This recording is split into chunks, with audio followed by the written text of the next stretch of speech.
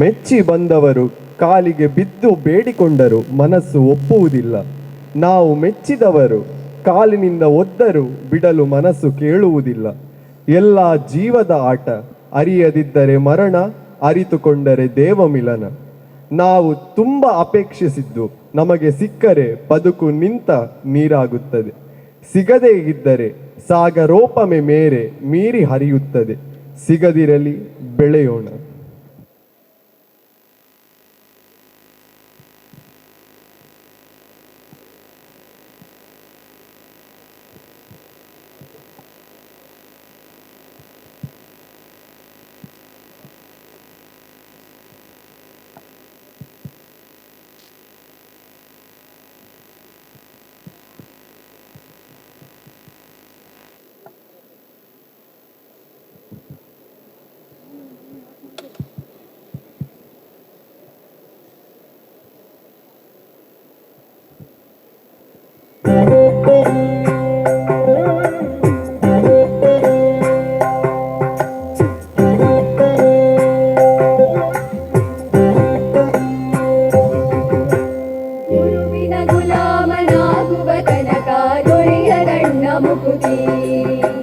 ಗುರುವಿನ ಗುಲಾಮನಾಗುವ ತನಕ ದೊರೆಯದಣ್ಣ ಮುಕುತಿ. ಪರಿ ಶಾಸ್ತ್ರವನೋದಿದರೇನು ವ್ಯರ್ಥವಾಯಿತು ಬದುಕಿ. ಪರಿ ಶಾಸ್ತ್ರವನೋದಿದರೇನು ವ್ಯರ್ಥವಾಯಿತು ಬದುಕಿ. ಗುರುವಿನ ಗುಲಾಮನಾಗುವ ತನಕ ದೊರೆಯದಣ್ಣ ಮುಕುತಿ. ಗುರುವಿನ ಗುಲಾಮನಾಗುವ ತನಕ ದೊರೆಯದಣ್ಣ ಮುಕುತಿ.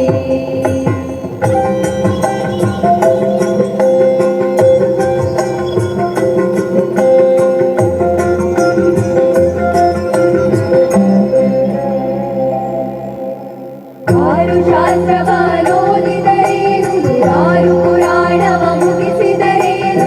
ಆರು ಶಾಸ್ತ್ರವನೋದಿದರೇನು ಆರು ಪುರಾಣವ ಮುಗಿಸಿದರೇನು. ಸಾಧು ಸಜ್ಜನರ ಸಂಗವ ಮಾಡದೆ ತೀರನೆಂದು ತಾ ತಿರುಗಿದರೇನು. ಸಾಧು ಸಜ್ಜನರ ಸಂಗವ ಮಾಡದೆ ತೀರನೆಂದು ತಾ ತಿರುಗಿದರೇನು. ಗುರುವಿನ ಗುಲಾಮನಾಗುವ ತನಕ ದೊರೆಯದಣ್ಣ ಮುಕುತಿ. ಗುರುವಿನ ಗುಲಾಮನಾಗುವ ತನಕ ದೊರೆಯದಣ್ಣ ಮುಕುತಿ.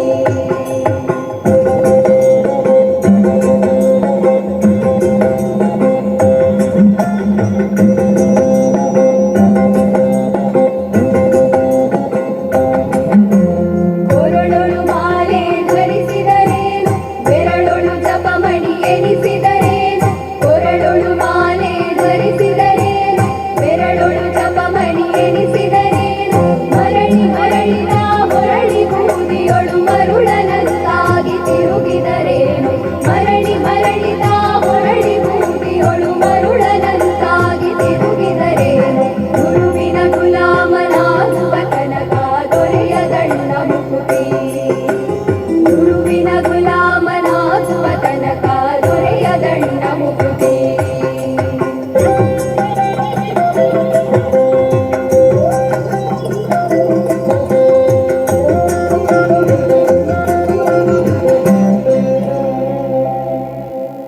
ನಾರಿಯ ಭೋಗ ಅಳಿಸಿದರೇನು ಶರೀರ ಸುಖವನ್ನು ಬಿಡಿಸಿದರೇನು. ನಾರಿಯ ಭೋಗ ಅಳಿಸಿದರೇನು ಶರೀರ ಸುಖವನ್ನು ಬಿಡಿಸಿದರೇನು. ಮಾನಜನಕ ಶ್ರೀ ಪುರದರ ವಿಠಲನ ಸೇರಿಕೊಂಡು ತಾ ಪಡೆಯುವ ತನಕ. ಮಾನಜನಕ ಶ್ರೀ ಪುರದರ ವಿಠಲನ ಸೇರಿಕೊಂಡು ತಾ ಪಡೆಯುವ ತನಕ. ಗುರುವಿನ ಗುಲಾಮನ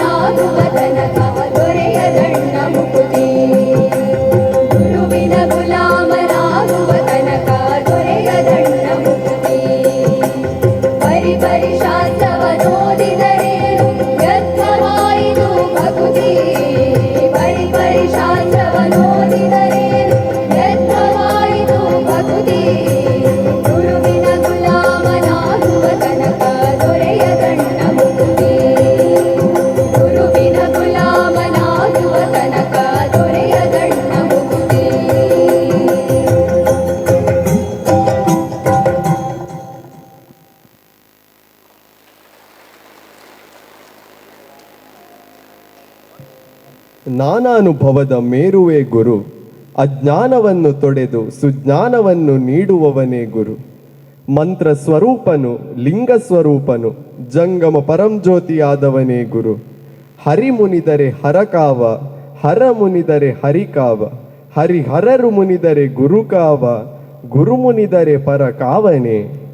ಗುರುವೆಂದರೆ ಅಗಾಧ ಶಕ್ತಿ, ಗುರುವೆಂದರೆ ಅರಿವಿನ ಆಗರ. ಇಂದಿನ ಶಿಕ್ಷಕರ ದಿನಾಚರಣೆಯ ಈ ಕಾರ್ಯಕ್ರಮದಲ್ಲಿ ನಮ್ಮ ಜೊತೆ ಆಧ್ಯಾತ್ಮ ಸಾಧಕಿ ಆದರಣೀಯ ವೀಣಾ ಬನ್ನಂಜೆ, ಪೂಜ್ಯ ಆಸ್ರಣ್ಣರುಗಳಾದ ಶ್ರೀ ಕಮಲಾದೇವಿ ಪ್ರಸಾದ ಆಸ್ರಣ್ಣರು, ಶ್ರೀ ಶ್ರೀಹರಿನಾರಾಯಣದಾಸ ಆಸ್ರಣ್ಣರು ಮತ್ತು ಶ್ರೀ ಸದಾನಂದ ಆಸ್ರಣ್ಣರು, ಶಿಕ್ಷಕ ರಕ್ಷಕ ಸಂಘದ ಉಪಾಧ್ಯಕ್ಷರುಗಳಾದ ಶ್ರೀ ಗ್ರೆಗರಿ ಸಿಕ್ವೇರ, ಶ್ರೀಮತಿ ಅನಿತಾ, ಶ್ರೀಮತಿ ಶುಭಲತಾ ಶೆಟ್ಟಿ, ಶ್ರೀ ಪ್ರಕಾಶ್ ಆಚಾರ್ಯ, ಶ್ರೀ ರಮೇಶ್ ಕೆಜಿ ಹಾಗೂ ಸಮೂಹ ವಿದ್ಯಾಸಂಸ್ಥೆಗಳ ಎಲ್ಲ ಮುಖ್ಯಸ್ಥರು ಉಪಸ್ಥಿತರಿದ್ದಾರೆ. ಉಪಸ್ಥಿತರಿರುವ ಎಲ್ಲ ಗಣ್ಯರನ್ನು ಸ್ವಾಗತಿಸಲಿದ್ದಾರೆ ನಮ್ಮ ಕಾಲೇಜಿನ ವಿದ್ಯಾರ್ಥಿನಿಯಾದ ಸೃಷ್ಟಿ ಶೆಟ್ಟಿ. ದಿನಾಚರಣೆಯ ಪ್ರಯುಕ್ತ ನಡೆಯುವ ಇಂದಿನ ಈ ಕಾರ್ಯಕ್ರಮಕ್ಕೆ ಪ್ರಧಾನ ಭಾಷಣಕಾರರಾಗಿ ಆಗಮಿಸಿರುವ, ವೃತ್ತಿಯಲ್ಲಿ ಕನ್ನಡ ಉಪನ್ಯಾಸಕರಾಗಿ ಸೇವೆ ಸಲ್ಲಿಸಿದ್ದ ಪ್ರಖ್ಯಾತ ಭಾಷಣಗಾರ್ತಿ, ಪ್ರಭಾವಿ ಮಾತುಗಾರ್ತಿಯಾಗಿರುವ ಗೌರವಾನ್ವಿತ ವೀಣಾ ಬನ್ನಂಜೆ ಇವರಿಗೆ ಪ್ರೀತಿಪೂರ್ವಕವಾದ ಸ್ವಾಗತಗಳು. ಅದೇ ರೀತಿ ನಮ್ಮೊಂದಿಗೆ ಪೂಜ್ಯ ಆಸ್ರಣ್ಣ ಬಂಧುಗಳಾದ ಶ್ರೀ ಕಮಲದೇವಿ ಪ್ರಸಾದ ಆಸ್ರಣ್ಣರು, ಶ್ರೀ ಹರಿನಾರಾಯಣದಾಸ ಆಸ್ರಣ್ಣರು, ಶ್ರೀ ಸದಾನಂದ ಆಸ್ರಣ್ಣರು ವೇದಿಕೆಯಲ್ಲಿ ಉಪಸ್ಥಿತರಿದ್ದಾರೆ. ಇವರಿಗೆ ಗೌರವಪೂರ್ವಕ ಸ್ವಾಗತಗಳು. ನಮ್ಮ ಸಮೂಹ ವಿದ್ಯಾಸಂಸ್ಥೆಗಳ ಮುಖ್ಯಸ್ಥರು ವೇದಿಕೆಯಲ್ಲಿ ಆಸೀನರಾಗಿದ್ದಾರೆ. ಇವರೆಲ್ಲರಿಗೂ ಸ್ವಾಗತಗಳು.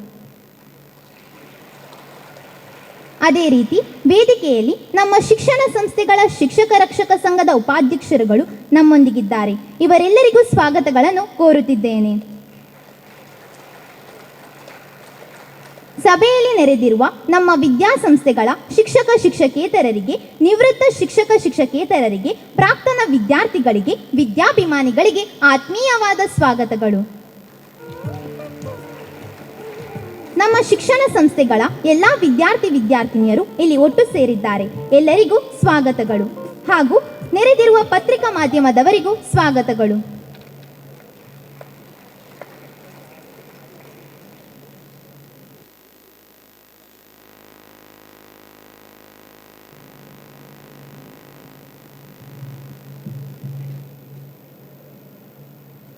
ವೇದಿಕೆಗೆ ಆಗಮಿಸುತ್ತಿರುವ ವೇದಮೂರ್ತಿ ಶ್ರೀ ವಾಸುದೇವ ಆಸ್ರಣ್ಣರಿಗೆ ಗೌರವಪೂರ್ವಕ ಪ್ರಣಾಮಗಳೊಂದಿಗೆ ಸ್ವಾಗತವನ್ನು ಕೋರುತ್ತಿದ್ದೇನೆ.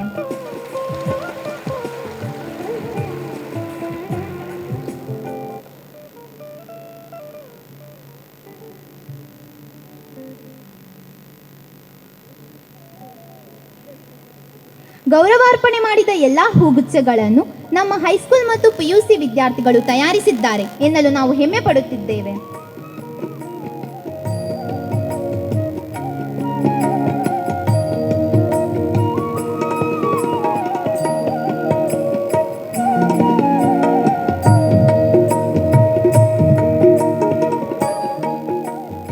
ಧನ್ಯವಾದಗಳು. ನಮ್ಮ ಕಾರ್ಯಕ್ರಮದ ಕೇಂದ್ರ ಬಿಂದು ಗೌರವಾನ್ವಿತ ವೀಣಾ ಬನ್ನಂಜೆಯವರ ಕಿರುಪರಿಚಯವನ್ನು ನೀಡಲಿದ್ದಾರೆ ನಮ್ಮ ಕಾಲೇಜಿನ ವಿದ್ಯಾರ್ಥಿನಿಯಾದ ವೈಷ್ಣವಿ ಭಟ್.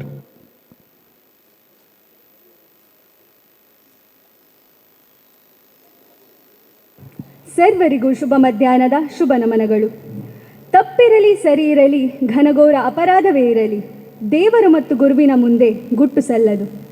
ಪ್ರೀತಿ ಮತ್ತು ಭಕ್ತಿ ಎರಡು ಮೂರನೆಯವರ ಮುಂದೆ ಅವ್ಯಕ್ತ ಆಗಿರಬೇಕು. ದೇವ ಮತ್ತು ಭಕ್ತನ ನಡುವೆ ಅದು ವ್ಯಕ್ತ ಆಗಲೇಬೇಕು.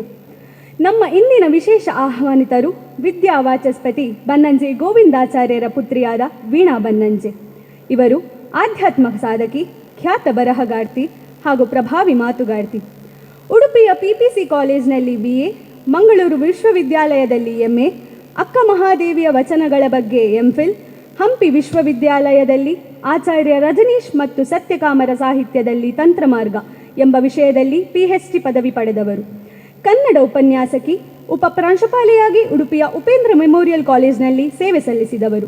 ಜಮಖಂಡಿಯ ಕಲ್ಲಹಳ್ಳಿಯಲ್ಲಿ ಸತ್ಯಕಾಮ ಪ್ರತಿಷ್ಠಾನದ ಕಾರ್ಯದರ್ಶಿಯಾಗಿಯೂ ಸೇವೆ ಸಲ್ಲಿಸಿರುತ್ತಾರೆ. ಕಲ್ಲಹಳ್ಳಿ ಗ್ರಾಮಕ್ಕೆ ಕುಡಿಯುವ ನೀರಿನ ಕೆರೆ ನಿರ್ಮಾಣ ಹಾಗೂ ಅನೇಕ ಸಾಹಿತ್ಯ ಸಾಂಸ್ಕೃತಿಕ ಚಟುವಟಿಕೆಗಳನ್ನು ಸಂಘಟಿಸಿದವರು. ಸತ್ಯಕಾಮರೊಡನೆ ನನ್ನ 1000 ದಿನಗಳು, ಹುಡುಕಾಟ, ಆತ್ಮನಿವೇದನೆ, ಮಿಂಚುಹುಳ, ವಚನ ತ್ರಿಮೂರ್ತಿಗಳು, ಅಂತರ್ಮುಖ, ಅರ್ಥಯಾತ್ರೆ, ಪರಮಾರ್ಥಯಾತ್ರೆ, ಅಥರ್ವವೇದ, ಇವರು ಅವರು ಎವರು, ಲೋಕಾಂತ, ಎಚ್ಚರದ ಕನಸು, ತಂದೆ ಮಗಳು, ಅಕ್ಕನ ಹಾದಿ, ಒಂದಿಷ್ಟು ಪ್ರೇಮಾಲಾಪ ಇತ್ಯಾದಿ ಕೃತಿಗಳನ್ನು ರಚಿಸಿದವರು. ಕರ್ನಾಟಕ ಲೇಖಕಿಯರ ಸಂಘದ ಗೀತಾ ದೇಸಾಯಿ ದತ್ತಿನಿಧಿ ಪುರಸ್ಕಾರ, ಕನ್ನಡ ಸಾಹಿತ್ಯ ಪರಿಷತ್ತಿನ ದತ್ತಿನಿಧಿ ಬಹುಮಾನ, ಕಾವ್ಯಾನಂದ ಪುರಸ್ಕಾರ, MK ಇಂದಿರಾ, ಸಾಹಿತ್ಯ ಅಕಾಡೆಮಿಯ ಸಾಹಿತ್ಯಶ್ರೀ ಹೀಗೆ ಅನೇಕ ಪ್ರಶಸ್ತಿಗಳಿಂದ ಅಲಂಕೃತರಾದ ವೀಣಾ ಬನ್ನಂಜೆ ಅವರಿಗೆ ನಮ್ಮ ಸಮೂಹ ವಿದ್ಯಾಸಂಸ್ಥೆಗಳ ಪರವಾಗಿ ಆದರಪೂರ್ವಕ ಸ್ವಾಗತ.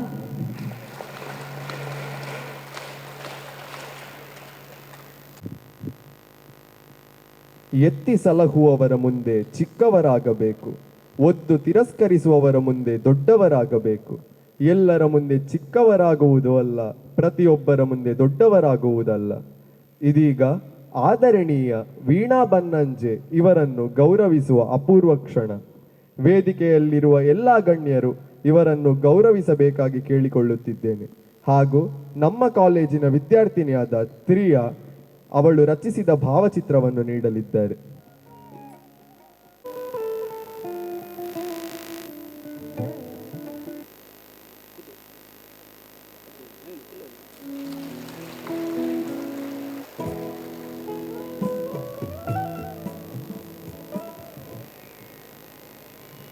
ಗುರು ಕರುಣ ಹೊಂದುವುದು ಪರಮ ದುರ್ಲಭವಯ್ಯ.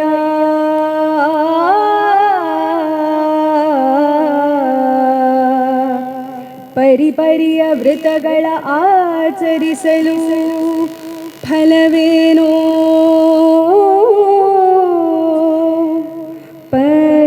ಪರಿಪರಿಯ ವ್ರತಗಳ ಆಚರಿಸಲು ಫಲವೇನೋ, ಶರೀರದಿ ಪುತ್ರ ಮಿತ್ರ ಕಳತ್ರದಿ ಬಾಂಧವರು ಇರಿಸೋರೇ,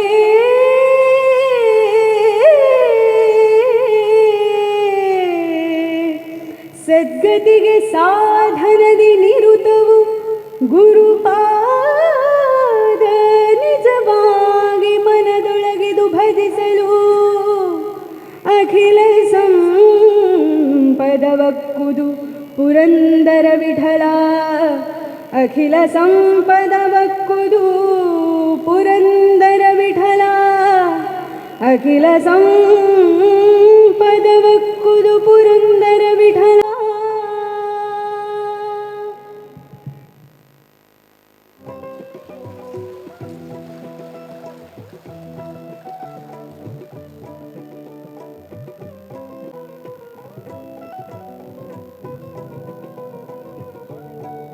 ಎಲ್ಲರಿಗೂ ಧನ್ಯವಾದಗಳು.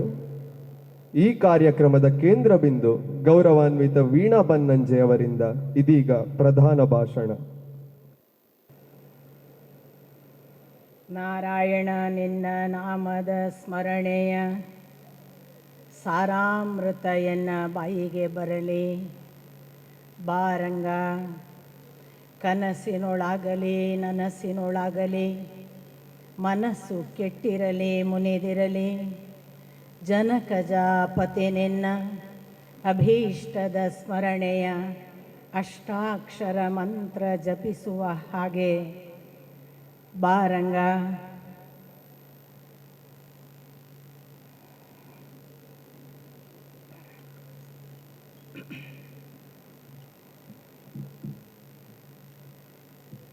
ಕ್ಷೇತ್ರದ ಪರಮ ಪೂಜ್ಯ ತಾಯಿ ಕಟೀಲು ಶ್ರೀ ದುರ್ಗಾ ಪರಮೇಶ್ವರಿಯ ಪಾದಾರವಿಂದಗಳಲ್ಲಿ ಭಕ್ತಿಪೂರ್ವಕವಾಗಿ ನಮನಗಳನ್ನು ಸಲ್ಲಿಸಿ,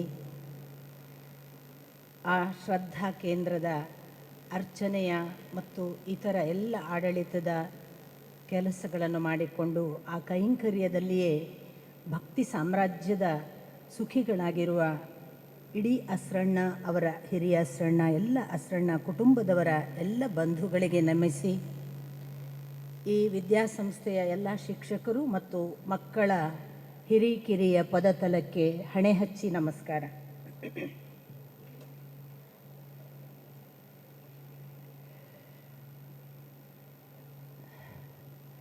ಒಂದು ಒಳ್ಳೆಯ ಸ್ಥಳ, ಒಳ್ಳೆಯ ದಿನ ಎಲ್ಲವೂ ಒದಗಿ ಬಂದ ಹಾಗೆ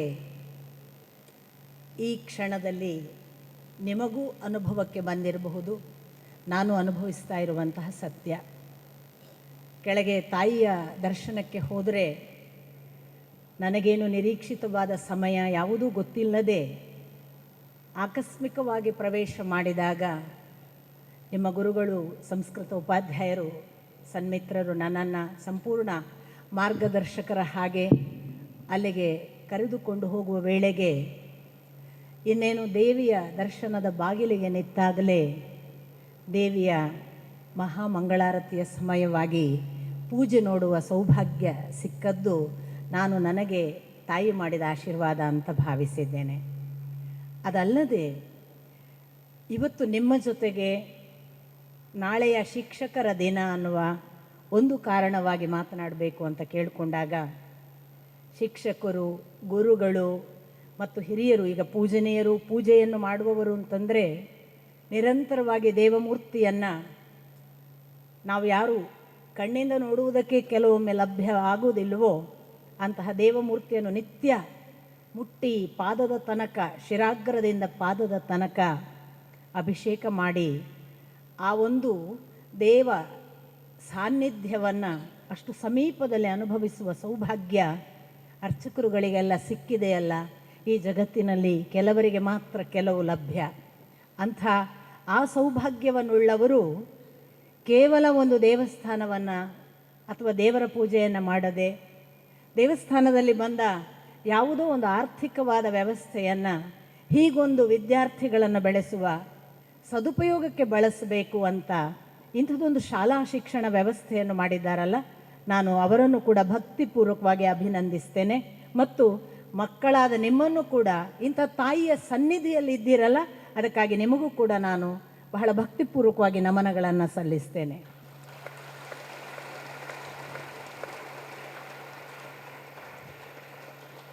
ನನ್ನ ಮಾತುಗಳು ನಿಮಗೆ ಕೆಲವೊಮ್ಮೆ ಅನಿಸಬಹುದು, ದೇವರ ಸನ್ನಿಧಿಯಲ್ಲಿದ್ದಾರೆ ಅದರಿಂದ ನಮಸ್ಕಾರ ಹೇಳೋದೇನು ದೊಡ್ಡದು ಅಂತ. ಇವತ್ತು ನಿಮಗೆ ಅರ್ಥ ಆಗಲಿಕ್ಕಿಲ್ಲ. ಕಾಲಾಂತರದಲ್ಲಿ ನೀವೊಂದು ದಿನ ಯಾವುದೋ ಶಿಕ್ಷಣ ವ್ಯವಸ್ಥೆಯ ಶಿಕ್ಷಣ ಮುಗಿಸಿ ನಿಮ್ಮದೇ ಆದ ಒಂದು ಜವಾಬ್ದಾರಿಯ ಹುದ್ದೆಗಳನ್ನು ಅಲಂಕರಿಸಿ ಎಲ್ಲಿಯೋ ಹೋಗಿ ಯಾವುದೋ ಒಂದು ವ್ಯವಸ್ಥೆಯ ಒಳಗೆ ಯಾವುದೋ ಒಂದು ನಗರದಲ್ಲಿ ನಿಮ್ಮದೇ ಉದ್ಯೋಗ ಮಾಡ್ತೀರಲ್ಲ, ಆಗ ನಿಮಗೆ ಇಲ್ಲಿ ಇರುವ ಮಹತ್ವ ಏನು ಅಂತ ಅರ್ಥ ಆಗುತ್ತೆ. ತಾಯಿಯ ಸನ್ನಿಧಿಯಲ್ಲಿ ಇರುವುದು ಅಂದಾಗ, ತಾಯಿ ಹಾಗಾದರೆ ಇಲ್ಲಿ ದೇವಸ್ಥಾನದ ಪಕ್ಕ ಮಾತ್ರ ಇರ್ತಾಳ, ಬೇರೆ ಎಲ್ಲೂ ಇರೋಲ್ವಾ ಅಂತ ಪ್ರಶ್ನೆ ಕೂಡ ನೀವು ಕೇಳಬಹುದು. ತಾಯಿ ಸಕಲ ಸ್ಥಳಗಳಲ್ಲಿ ನಾವು ಎಲ್ಲೆಲ್ಲ ಅವಳನ್ನು ಭಕ್ತಿಯಿಂದ ಕರೀತೇವೋ ಅಲ್ಲೆಲ್ಲ ಇರ್ತಾಳೆ. ಯಾಕೆಂದರೆ ಅದಕ್ಕೇನೆ ಅವಳಿಗೆ ಅಮ್ಮ ಅಂತ ಹೆಸರು. ನಾವು ಎಲ್ಲೆಲ್ಲ ಅಮ್ಮ ಅಂತ ಕರೀತೇವೋ ಅಲ್ಲೆಲ್ಲ ಅವಳು ಇರುವವಳೆ. ಅದು ಅಮ್ಮ ಅನ್ನುವ ಶಬ್ದವೇ ನಮ್ಮ ಜೊತೆಗೆ ನಿರಂತರವಾಗಿ ನಾವು ಹುಟ್ಟಿನ ಆರಂಭದಿಂದ ತೊಡಗಿ ಸಾಯುವವರೆಗೆ ಇರುವ ಒಂದು ಅನಿವಾರ್ಯ, ಗೊತ್ತೇ ಇಲ್ಲದ ಆಕಸ್ಮಿಕ ಪದವಾಗಿ ನಮ್ಮ ಒಳಗಿನ ಜೀವ ಭಾಗವಾಗಿ ಇರುವಂತಹ ಒಂದು ಉಚ್ಚಾರಣೆ. ಅಂಥ ತಾಯಿ ಖಂಡಿತ ನಿಮ್ಮ ಜೊತೆಗೆ ಎಲ್ಲ ಕಡೆ ಇರ್ತಾಳೆ. ಆದರೆ ನಿತ್ಯ ಅವಳನ್ನು ಪೂಜಿಸುವ ಸನ್ನಿಧಿಯಲ್ಲಿ ಅವಳ ವಿಶೇಷ ಸನ್ನಿಧಿ, ವಿಶೇಷ ಶಕ್ತಿ, ವಿಶೇಷ ಸಾಧ್ಯತೆ, ವಿಶೇಷ ಸಾಮರ್ಥ್ಯ ಖಂಡಿತಕ್ಕೂ ಇರ್ತದೆ. ನಾವು ಬೇರೆ ಕಡೆಯಿಂದ ಹೋಗಿ ಬರ್ತೇವಲ್ಲ, ನಮಗದು ಹೆಚ್ಚು ಚೆನ್ನಾಗಿ ಅನುಭವಕ್ಕೆ ಬರುತ್ತೆ. ಆ ದೃಷ್ಟಿಯಲ್ಲಿ ನಾನು ನಿಮ್ಮೆಲ್ಲರನ್ನು ಕೂಡ ನೀವು ಭಾಗ್ಯವಂತರು ಅಂತ ಭಾವಿಸ್ತೇನೆ. ಈ ಭಾಗ್ಯ ತುಂಬ ಅಪರೂಪ. ಅಂಥ ಈ ಕ್ಷೇತ್ರದ ಸಮೀಪದಲ್ಲಿರುವ ಶಾಲೆ, ಇಲ್ಲಿಯ ಶಿಕ್ಷಣ ವ್ಯವಸ್ಥೆ, ಇಲ್ಲಿಯೇ ಕುಳಿತು ಯಾವುದೋ ಈಗ ನನಗೆ ಸಿಕ್ಕವರು, ನನ್ನ ಜೊತೆಗೆ ನನ್ನ ಮಾರ್ಗದರ್ಶಕರಾಗಿದ್ದಂತಹ ಗುರುಗಳು ಸಂಸ್ಕೃತವನ್ನು ಪಾಠ ಮಾಡ್ತೇನೆ ಅಂತಂದರು. ಈಗ ನಾವು ಮಾತನಾಡ್ತಾ ಇದ್ದಾಗ ಹಸ್ರಣ್ಣ ಬಂಧುಗಳು ಹೇಳಿದರು, ನಮ್ಮಲ್ಲಿ ತುಳು, ಕನ್ನಡ, ಸಂಸ್ಕೃತ ಶಿಬಿರಗಳು ಕೂಡ ನಡೀತಾವೆ ಅಂತ. ಸಕಲ ಭಾಷೆಗಳನ್ನು ಎಲ್ಲ ಏಕ ಸ್ಥಳದಲ್ಲಿ ಮೇಳೈಸಿ ನಿಮ್ಮನ್ನೆಲ್ಲ ಈ ಮಧ್ಯಾಹ್ನದ ಹೊತ್ತಿನಲ್ಲಿ ಇಂಥದೊಂದು ಶಿಸ್ತುಬದ್ಧ ವ್ಯವಸ್ಥೆಗೆ ಒಳಪಡಿಸಿ ನಾಳೆಯ ದಿನದ ಶಿಕ್ಷಕ ದಿನಾಚರಣೆಯನ್ನು ಹೇಗೆ ಆಚರಿಸಿದರೆ, ಗುರುವನ್ನು ಹೇಗೆ ಕಂಡರೆ, ಅಥವಾ ಶಿಕ್ಷಕರು ಅನ್ನುವ ಮಾರ್ಗದರ್ಶಕರನ್ನು ಬದುಕಿನಲ್ಲಿ ನಮ್ಮ ಬದುಕಿನ ಭಾಗವಾಗಿ ನಾವು ಹೇಗೆ ಸ್ವೀಕರಿಸಿದರೆ ನಮಗೆ ಬೆಳವಣಿಗೆ ಸಾಧ್ಯ ಅಂತ ಒಂದು ಕ್ಷಣ ನಾನು ಯೋಚಿಸ್ತಿದ್ದೆ. ಹಿಂದೆ ನಮಗೆಲ್ಲ ಮನೆಯಲ್ಲೇ ರೋಲ್ ಮಾಡೆಲ್ಗಳು ತುಂಬ ಕಮ್ಮಿ. ನಮ್ಮ ಮನೆಗಳಲ್ಲೆಲ್ಲ ಓದುವವರು, ದೊಡ್ಡ ದೊಡ್ಡ ಹುದ್ದೆ ಅಲಂಕರಿಸುವವರು ತುಂಬ ಕಡಿಮೆ ಇರ್ತಿದ್ರು. ನಮ್ಮ ಬದುಕು ದಾರಿ ತಪ್ಪುವ ಚಾನ್ಸಸ್ ಬಹಳ ಹೆಚ್ಚು ಇತ್ತು. ಮನೆಯಲ್ಲಿ ಯಾರು ಹೇಳಿಕೊಡುವವರೆಲ್ಲ ಇರಲಿಲ್ಲ. ನಾನು ಇನ್ ಜನರಲ್ ಮಾತಾಡ್ತಿದ್ದೇನೆ. ಕೆಲವು ಮನೆಗಳಲ್ಲಿ ಇರಬಹುದು, ಆದರೆ ಬಹಳಷ್ಟು ಮನೆಗಳಲ್ಲಿ ಹೇಳಿಕೊಡುವವರು ಇರಲಿಲ್ಲ. ಇದು ತಪ್ಪು, ಇದು ಸರಿ, ಹೀಗೆ ಹೋಗಬೇಕು, ಹೀಗೆ ಹೋಗಬಾರ್ದು ಅಂತ. ಆದರೆ ನಮಗೆಲ್ಲ ಆ ಕಾಲಕ್ಕೆ ಆದರ್ಶ ಆದದ್ದು ನಮ್ಮ ಶಾಲಾ ಶಿಕ್ಷಕರು. ನಾವು ದಾರಿ ತಪ್ಪಿದಾಗ ಇದು ಸರಿಯಲ್ಲ, ನೀನು ಹೀಗೆ ಹೋಗು, ನೀನು ಇದರಲ್ಲಿ ಹುಷಾರಿದ್ದೀಯಾ, ಈ ಸಬ್ಜೆಕ್ಟಿನಲ್ಲಿ ಇದರಲ್ಲಿ ಮುಂದುವರಿ, ನೀನು ಇದರಲ್ಲೇ ಓದ್ತಾ ಹೀಗೆ ಹೋದರೆ ನೀನು ಇಂಥದೊಂದು ಹುದ್ದೆಯನ್ನು, ಇಂಥದೊಂದು ವೃತ್ತಿಯನ್ನು ಮಾಡಬಹುದು ಅಂತ ನಮಗೆ ಆ ಕಾಲಕ್ಕೆ ಸದಾ ಮಾರ್ಗದರ್ಶಕರಾಗಿದ್ದದ್ದು ಶಿಕ್ಷಕರು.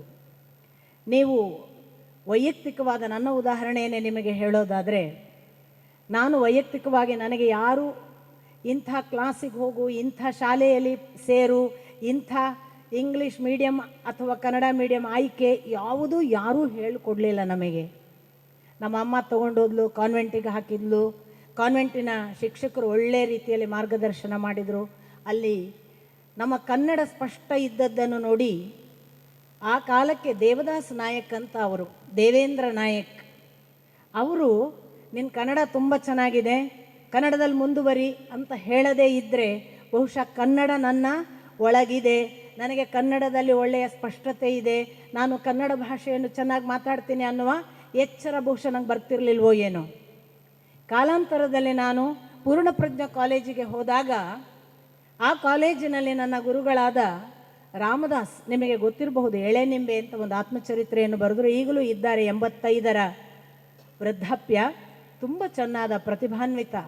ಅವರು ನನ್ನನ್ನು ಕರೆದು, ನೀನು ಕನ್ನಡದಲ್ಲಿ PUC ಆದ ಕೂಡಲೇ ಹೇಳಿದರು, ನೀನು ಕನ್ನಡದಲ್ಲಿ ಮೇಜರ್ ಮಾಡು ಅಂತ. ನೋಡಿ, ಅದನ್ನು ಕೂಡ ಅವರು ಹೇಳದೇ ಇದ್ದರೆ ನಾನು ಮಾಡ್ತಿರಲಿಲ್ಲ. ಯಾಕೆ ನಮ್ಮ ಅಪ್ಪ ತುಂಬ ನಿಸ್ಪೃಹ, ಯಾವ ವಿಷಯವನ್ನು ಮಕ್ಕಳಿಗೆ ಹೀಗೆ ಅಂತ ಹೇಳಿದವರಲ್ಲ. ಹೀಗಾಗಿ ನನಗೆ ಗೊತ್ತೇ ಆಗ್ತಿರ್ಲಿಲ್ವೋ ಏನೋ, ಆ ರಾಮದಾಸನ ನನ್ನ ಹೀಗೆ ಗೈಡ್ ಮಾಡಿದ್ರಿಂದ ನಾನು ಕನ್ನಡ ಮೇಜರ್ ಸಬ್ಜೆಕ್ಟ್ ತಗೊಂಡೆ. ಅದು ಆಗಿ ನನ್ನ BA ವಿದ್ಯಾಭ್ಯಾಸದ ಪರೀಕ್ಷಾ ಫಲಿತಾಂಶ ಬಂದಾಗ ನಮಗೆ ಇನ್ನೊಬ್ಬ ಕನ್ನಡ ಉಪನ್ಯಾಸಕರು ಚಂದ್ರಶೇಖರ ಯಾದವಾಡ್, CS ಯಾದವಾಡ್ ಅಂತ ಇದ್ದರು. ಅವರು ಆ ಸರ್ಟಿಫಿಕೇಟ್ ತಗೊಳ್ಳುವಾಗ ಬಂದು ನಿಂತು ಕೇಳಿದರು, ಮುಂದೇನು ಮಾಡ್ತೀಯಾ ಅಂತ. ನೀವು ನಂಬ್ತಿದ್ರೆ ನನ್ನನ್ನು CS ಯಾದವಾಡ್, ನನ್ನ ಗುರುಗಳು, ನೀನು ಇವತ್ತೇ ಹೋಗು, ಕೊಣಾಜೆ ವಿಶ್ವವಿದ್ಯಾಲಯಕ್ಕೆ ಹೋಗು, ಆ ಬಳಿಕ ಕನ್ನಡ MAಗೆ ಅಪ್ಲಿಕೇಶನ್ ತಗೋ, ಅಪ್ಲೈ ಮಾಡು, ಇದೆಲ್ಲವನ್ನು ಹೇಳಿದವರು ಚಂದ್ರಶೇಖರ ಯಾದವಾಡ್ರು. ನಾನು ಅವರ ಆ ಮಾರ್ಗದರ್ಶನದಲ್ಲಿ ಕನ್ನಡ MAಗೆ ಅಪ್ಲೈ ಮಾಡಿದೆ. ನಾನು ನನ್ನ ಅಂಕಗಳಿಂದ ಆಯ್ಕೆಯಾದೆ, ನನ್ನ MA ಮುಗೀತು. MA ಮುಗಿದ ಮೇಲೆ ಎಲ್ಲರೂ ಯೋಚನೆ ಮಾಡುವ ಹಾಗೆ ಒಂದು ಹುದ್ದೆ, ಒಂದು ಉಪನ್ಯಾಸಕರ ವೃತ್ತಿಯನ್ನು ಹುಡುಕಿಕೊಂಡು ನಾನು ಕೂಡ ಅರ್ಜಿ ಗುಜರಾಯಿಸ್ತಿದ್ದೆ. ಆಗ ಕನ್ನಡ ವಿಶ್ವವಿದ್ಯಾಲಯದಲ್ಲಿ ಕನ್ನಡ ವಿಭಾಗಕ್ಕೆ ಮುಖ್ಯಸ್ಥರಾಗಿದ್ದವರು ಡಾಕ್ಟರ್ BA ವಿವೇಕ ರೈ ಅವರು, ಈಗಲೂ ಇದ್ದಾರೆ. ನನಗೆ ಈಗಲೂ ಕೂಡ ಅವರ ಸಂಪರ್ಕ ಇದೆ. ಆ ವಿವೇಕ ರೈ ಅವರು ನನಗೆ ಹೇಳಿದರು, ತಕ್ಷಣವೇ ನೀನು MA ಮಾಡಿದ ಕೂಡಲೇ ಇನ್ನು ವೃತ್ತಿ ಹಿಡಿಬೇಡ, MPhil ಮಾಡು. ಅವರು ಆದೇಶಿಸಿದಂತೆ ನಾನು MPhil ಮಾಡಿದೆ. ಮುಂದಿನದು ನನ್ನ ದಾರಿ, ನಾನು ವೃತ್ತಿ ಮಾಡಿದೆ. ಅದರ ಮುಂದಿನ ಭಾಗ ನಿಮಗೆ ಹಾಗಿರಲಿ. ನಾನು ಯಾಕೆ ಈ ಮಾತನ್ನು ನಿಮಗೆ ಹೇಳ್ತಿದ್ದೇನೆ ಅಂದರೆ, ಒಂದು ಕಾಲಕ್ಕೆ ಶಿಕ್ಷಕರೇ ಮಕ್ಕಳನ್ನು ನಡೆಸುವ ಮಾರ್ಗದರ್ಶಕರಾಗಿದ್ದರು. ಎಲ್ಲಿ ಹೋಗಬೇಕು, ಯಾವುದು ಸರಿ, ನಿನ್ನೊಳಗಿನ ಪ್ರತಿಭೆ ಯಾವುದು, ನೀನು ಯಾವುದರಲ್ಲಿ ಚೆನ್ನಾದ ಒಂದು ಶಕ್ತಿ ಇದೆ ನಿನಗೆ, ಅದನ್ನು ಹೇಗೆ ಬೆಳೆಸಿಕೊಳ್ಳಬಹುದು, ಹೇಗೆ ಬೆಳೆದರೆ ನಿನಗೆ ಮುಂದಿನ ದಾರಿ ಸುಗಮವಾಗ್ತದೆ, ಎಲ್ಲವನ್ನು ಹೇಳುವುದಕ್ಕೆ ಹಿಂದೆ ನಾವು ಶಿಕ್ಷಕರನ್ನು ನಮ್ಮ ಗುರುಗಳನ್ನಾಗಿ ಆಯ್ಕೆ ಮಾಡಿಕೊಂಡಿದ್ವಿ.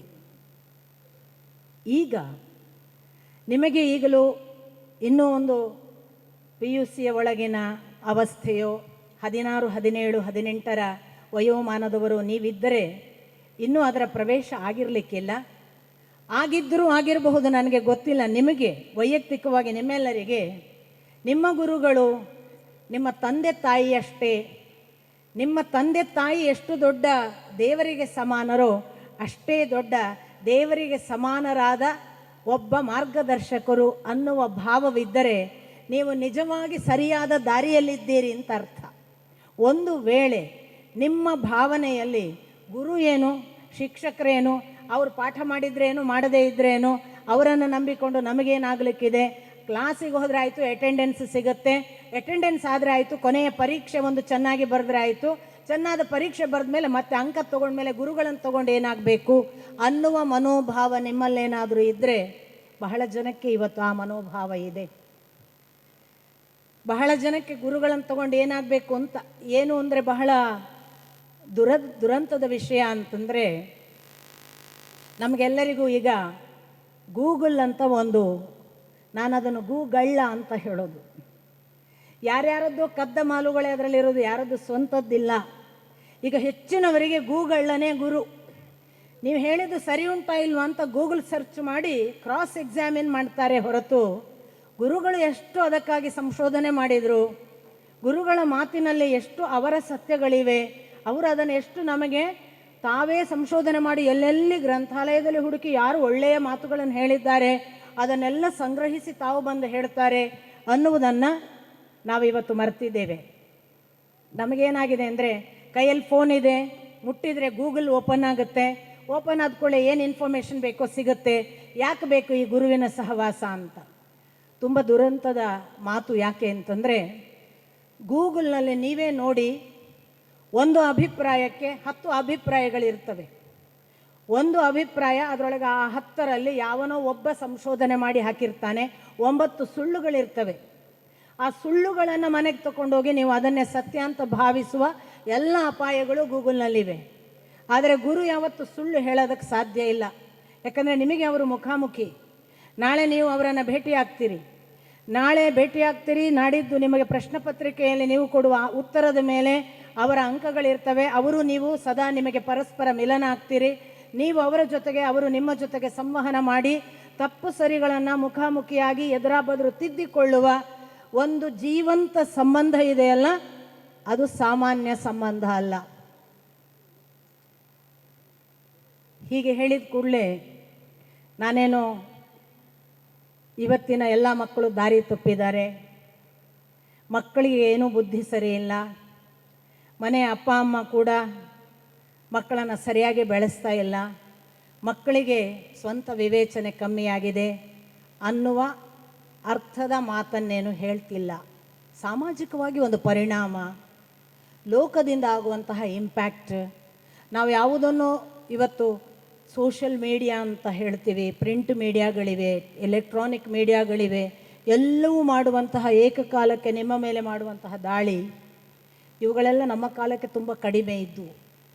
ನಿಮಗೆ ಹೊರಗಿನ ಪ್ರಭಾವದಿಂದ ತಪ್ಪಿಸಿಕೊಳ್ಳಬೇಕಾದಂತಹ ಒಂದು ನಾಜೂಕಿನ ಸ್ಥಿತಿ ಇದೆ. ನೀವೆಲ್ಲರ ಹಾಗಲ್ಲ. ನಿಮ್ಮ ಸಮಸ್ಯೆ ಪಾಪ ನೀವು ನಿಮ್ಮಷ್ಟಕ್ಕೆ ಸ್ವತಂತ್ರವಾಗಿ ಯೋಚಿಸಲಿಕ್ಕಾಗದಷ್ಟು ಎರವಲು ವಿಷಯಗಳು ನಿಮ್ಮ ಮೇಲೆ ದಬ್ಬಾಳಿಕೆ ಮಾಡಿ ನಿಮ್ಮನ್ನು ದಾರಿ ತಪ್ಪಿಸುವಷ್ಟು ಪ್ರಭಾವಶಾಲಿಯಾಗಿವೆ. ಅದು ಈ ಕಾಲದ ಕಾರಣ. ಈ ಕಾಲ ಅಂಥದ್ದೊಂದು ಪ್ರಭಾವಶಾಲಿ ಮಾಧ್ಯಮಗಳ ಕಾಲ. ಎಲ್ಲ ಮಾಧ್ಯಮಗಳು ತಮ್ಮ 24 ಅವರ್ಸ್ ನಿಮಗೆ ಫೀಡ್ ಮಾಡೋದಕ್ಕೆ ತಮ್ಮ ಜೀವನವನ್ನೆಲ್ಲ ಇಟ್ಟು, ತಮ್ಮ ದುಡ್ಡಿಗಾಗಿ, ತಮ್ಮ ಹೆಸರಿಗಾಗಿ, ತಮ್ಮ ಚಾನೆಲ್ ರನ್ ಆಗಬೇಕು ಅನ್ನೋ ಉದ್ಯಮಕ್ಕಾಗಿ ಅವರು ನಿರಂತರವಾಗಿ ಅದನ್ನು ಶ್ರಮಿಸ್ತಾರೆ. ಆ ಚಾನೆಲ್ ಮಾತ್ರ ಅಲ್ಲ, ನನಗೆ ಬಹಳ ದುಃಖ ಆಗುತ್ತೆ, ದಕ್ಷಿಣ ಕನ್ನಡದಾದ್ಯಂತ ಆನ್ಲೈನ್ ಆಟಗಳು ಇವತ್ತು ಬಹಳ ಪ್ರಚಲಿತವಾಗಿ ಎಷ್ಟೋ ಹುಡುಗರ ಜೀವನದ ಕೊನೆಯನ್ನು, ಜೀವನದ ದುರಂತವನ್ನು, ಕೆಲವು ಅಂದರೆ ಇನ್ನು ಸಾಧ್ಯ ಇಲ್ಲ ಅನ್ನೋ ಆತ್ಮಹತ್ಯೆ ಮಾಡಿಕೊಂಡ ಹುಡುಗರು ಎಲ್ಲ ಇವತ್ತು ಹುಟ್ಟುತ್ತಾ ಇರೋದು ಆನ್ಲೈನ್ ಆಟದಿಂದ. ಯಾಕೆ ಅಂದರೆ ನೀವುಗಳು ಯಾರು ಆಡೋದಿಲ್ಲ ಈಗ ಮೊದಲಿನ ಹಾಗೆ. ನೀವು ಎಷ್ಟು ಜನ ಆಡ್ತೀರಿ ಹೇಳಿ? ದಿನಕ್ಕೆ 1 ರಿಂದ 2 ಗಂಟೆ ಆಡುವವರು ದಯವಿಟ್ಟು ಕೈ ಎತ್ತಿ. ಇದೇ ನಾನು ಅದನ್ನೇ ಪ್ರಶ್ನಿಸಬೇಕು ಅಂತ ನಾನು ಯಾವಾಗಲೂ ಭಾವಿಸೋದು. ಶಿಕ್ಷಣ ಅಂದರೆ ಆಟವಿಲ್ಲದ ಪಾಠ ಅಂತ ನಮಗೊಂದು ತಪ್ಪು ತಿಳುವಳಿಕೆ ಆಗಿದೆ. ದಯವಿಟ್ಟು ನಾನು ಆಡಳಿತ ಮಂಡಳಿಯ ಇಲ್ಲಿಯವರನ್ನು ಏನು ಆರೋಪಿಸ್ತೀನಿ ಅಂತ ಭಾವಿಸಬೇಡಿ. ಇದು ಇವತ್ತು ವ್ಯಾಪಕವಾಗಿ ಹರಡ್ತಾ ಇರುವ ರೋಗ. ಪ್ರತಿ ಹುಡುಗ ದೈಹಿಕವಾಗಿ ಬೌದ್ಧಿಕವಾಗಿ ಎರಡೂ ಬೆಳವಣಿಗೆ ಆಗಬೇಕಾದ್ರೆ ಆಡಬೇಕು. ನಾವು ಆಟ ಆಡೋದಿಲ್ಲ. ನಮ್ಮ ದೊಡ್ಡ ದುರಂತ ಏನು ಅಂತಂದರೆ, ಬೆಳಿಗ್ಗೆ 5:15 ಎಬ್ಬಿಸ್ತಾರೆ ಮನೆಯಲ್ಲಿ. ಎದ್ದ ತಕ್ಷಣ ಮುಖ ತೊಳೆಯೋದು, ಓದಿಸೋಕೆ ಕೂಡಿಸೋದು. ಓದಿ ಆದ ಕೂಡಲೇ ಅವನು ಓದಿ ಓದಿ ಓದಿ ಅವನ ಹೋಮ್ವರ್ಕು ಅದು ಮಾಡಿ ಅವನಿಗೆ ದಣಿವು ಇನ್ನೇನು ಆಯಿತು, ಇನ್ನೊಂದಿಷ್ಟು ಆಕಳಿಕೆ ಬಂದು ಮಲಗಬೇಕು ಅನ್ನೋ, ಮತ್ತೆ ಸ್ನಾನ ಮಾಡಬೇಕು, ಅವ್ನು ಶಾಲೆಗೆ ಬರಬೇಕು. ಶಾಲೆಯಲ್ಲಿ ಬೆಳಿಗ್ಗಿನ ಸಂಜೆವರೆಗೆ ಪಾಠ ಪಾಠ ಪಾಠ ಪಾಠ. ಸಂಜೆ ಆದ ಕೂಡಲೇ ಮನೆಗೆ ಹೋಗ್ತಾನೆ, ಮತ್ತೆ ಟ್ಯೂಷನ್ ಮುಗಿಸಿ ಮನೆಗೆ ಹೋಗ್ತಾನೆ. ಅವನಿಗೊಂದು ತುತ್ತು ಊಟ ಮಾಡಿ ಹಾಸಿಗೆಗೆ ಬೆನ್ನು ಹಚ್ಚುವುದೊಂದೇ ಬಾಕಿ, ಅವನಿಗೆ ನಿದ್ರೆ. ಬೆಳಿಗ್ಗೆ ಅಮ್ಮ ಎಬ್ಬಿಸೋದಾಗ ಅವನಿಗೆ ಆಗುವ ಹಿಂಸೆ. ಯಾವ ಮಗುವಿಗೂ ಒಳ್ಳೆಯ ನಿದ್ರೆ ಇಲ್ಲ, ಒಳ್ಳೆಯ ಊಟ ಇಲ್ಲ, ಒಳ್ಳೆಯ ಆಟವಿಲ್ಲ. ಯಾರು ತಪ್ಪು? ಯಾಕೆ ಶಿಕ್ಷಕರ ಮೇಲೆ ಗೌರವ ಉಳಿಯುತ್ತದೆ? ಯಾಕೆ ಶಾಲೆಯ ಬಗ್ಗೆ ಪ್ರೀತಿ ಉಳಿಯುತ್ತದೆ? ಯಾಕೆ ಆಡಳಿತ ವ್ಯವಸ್ಥೆ ಮಾಡುವ, ಇಷ್ಟು ಜೀವ ಕೊಟ್ಟು ಊಟ ಕೊಟ್ಟು ನಿಮ್ಮನ್ನೆಲ್ಲ ವಿದ್ಯೆ ಕೊಡುವ ಈ ಆಡಳಿತ ಮಂಡಳಿಯವರನ್ನು ಯಾಕೆ ಗೌರವಿಸಬೇಕು ಅಂತ ಅನಿಸೋದಿಲ್ಲ ಅಂತಂದರೆ, ನೀವು ನಿಜವಾಗಿ ಏನು ಬದುಕಬೇಕು ಅಂತ ಹೊರಟಿದ್ದೀರಲ್ಲ, ಆ ನಿಜವಾದ ಬದುಕಿನಲ್ಲಿ ಆಟವಿದೆ, ಊಟವಿದೆ, ಪಾಠವಿದೆ, ನಿದ್ರೆ ಇದೆ, ಸಕಲ ಮನರಂಜನೆಗಳಿವೆ. ಇದೆಲ್ಲವನ್ನು ಮೈನಸ್ ಮಾಡಿ ಬರೇ ಓದು ಓದು ಓದು ಅಂದರೆ ಯಾವ ಮಗು ಸಂತೋಷದಿಂದಿರುತ್ತೆ? ದಯವಿಟ್ಟು ಆತ್ಮಾವಲೋಕನ ಮಾಡಿಕೊಳ್ಳೋಣ.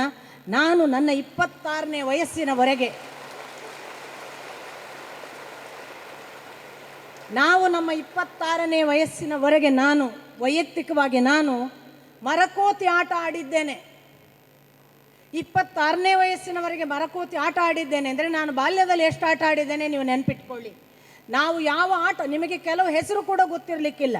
ಕಣ್ಣ ಮುಚ್ಚಾಲೆ, ಕುಟ್ಟಿ ದೊಣ್ಣೆ, ಅಥವಾ ಗೋಲಿ ಆಟ, ಜುಬ್ಲಿ ಅನ್ನುವ ಆಟ, ಅಥವಾ ನೀವು ಚೆನ್ನೆಮಣೆ ಅಂತ ಹೇಳಿದರೆ ಚೆನ್ನೆಮಣೆ, ಕಂಬದ ಆಟ ಆಗಲಿಲ್ಲ, ಅದು ರಾತ್ರಿಯ ಹೊತ್ತಿಗೆ ನಾವು ದಿಂಬಿನ ಆಟ. ಯಾವ ಆಟ ಆಡಿಲ್ಲ ಅಂತಿಲ್ಲ ನಾವು. ಇವತ್ತು ಆಟ ಆಡದೇ ಇರುವ, ಬಹಳ ಅಂದರೆ ಕ್ರಿಕೆಟ್ ಆಡ್ತೀರಿ ನೀವು, ಹೆಚ್ಚು ಅಂದರೆ ಕಬಡ್ಡಿ ಆಡ್ತೀರಿ. ಯಾಕೆ? ಸೋಷಲ್ ಮೀಡಿಯಾದಲ್ಲಿ, ಎಲೆಕ್ಟ್ರಾನಿಕ್ ಮೀಡಿಯಾದಲ್ಲಿ ಆಡುವ ಆಟಗಳು.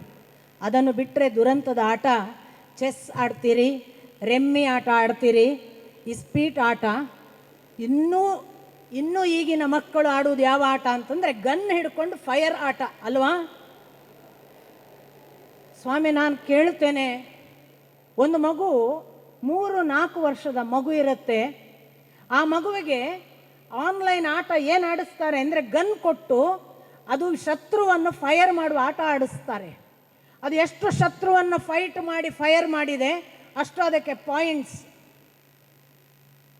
ನಾವು ಯಾಕೆ ಹಿಂಸೆಯನ್ನು ಇಷ್ಟು ಬೆಳೆಸ್ತಾ ಇದ್ದೇವೆ? ಯಾಕೆ ನಮ್ಮ ಕಾಲ ಇಷ್ಟು ಹಿಂಸಾತ್ಮಕ ಆಗಿದೆ ಅಂದರೆ, ನಮ್ಮ ಮನಸ್ಸು ಅಷ್ಟು ಶಾಂತವಿಲ್ಲದ, ನೆಮ್ಮದಿ ಇಲ್ಲದ, ಸುಖವಿಲ್ಲದ, ಬರೇ ಹಣದ ಬೆನ್ನು ಹತ್ತುವ, ಹೆಸರಿನ ಬೆನ್ನು ಹತ್ತುವ, ಯಾವುದೋ ಒಂದು ಸ್ಥಾನಮಾನಕ್ಕೆ ನಾನು ದುಡಿಯೋದು ಅನ್ನುವ ಬಹಳ ಕನಿಷ್ಠ ಮಟ್ಟದ ಒಂದು ಸ್ಥಿತಿಗೆ ನಾವೆಲ್ಲ ಬಂದಿದ್ದೇವೆ. Irrespective of any cost, gender, class, ಅದು ಯಾರೇ ಇರಲಿ. ನಮ್ಮ ದುರಂತ ಅಂದರೆ ನಮಗೆ ದೊಡ್ಡವರಾಗುವುದು ಅಂತಂದರೆ, ಹಾಗೆ ಒಂದು ಸ್ಥಾನಮಾನ ಬಂದು ಒಂದು ಹುದ್ದೆಗೆ ಹೋಗಿ ಸಿಕ್ಕಾಪಟ್ಟೆ ಕೋಟಿಯಲ್ಲಿ ಹಣ ಎಣಿಸಿದರೆ ದೊಡ್ಡವರು ಅಂತ ನಮಗೆ ಇವತ್ತು ಎಲ್ಲರಿಗೂ ತಿಳುವಳಿಕೆ ಇದೆ. ಅವನ ಹತ್ರ ಎಷ್ಟು ದುಡ್ಡಿದೆ ಅದರ ಮೇಲೆ ಅವನು ದೊಡ್ಡವನ ಸಣ್ಣವನು ಅಂತ. ದುಡ್ಡೇ ಇಲ್ಲದವರು, ಶಾಲೆಗೆ ಹೋಗದವರು ಎಷ್ಟು ಜನ ದೊಡ್ಡವರಿದ್ದಾರೆ ನಿಮಗೆ ಗೊತ್ತಿದೆ ಕೂಡ. ಆದರೆ ಪ್ರತಿಯೊಬ್ಬ ತಂದೆ ತಾಯಿ ಅವರನ್ನು ಮಾಡೆಲ್ ಮಾಡ್ಕೋ, ಅವರ ಹಾಗೆ ಆಗು ಅಂತ ಹೇಳಿ ಕೊಡೋದಿಲ್ಲ. ಅಂಬಾನಿಯನ್ನು ನೋಡು, ಅಥವಾ ಬಿಲ್ ಗೇಟ್ಸನ್ನು ನೋಡು, ಈ ಮಾದರಿಗಳೇ ನಮ್ಮ ತಲೆಯಲ್ಲಿ ಕೂತಿದ್ದಾವೆ.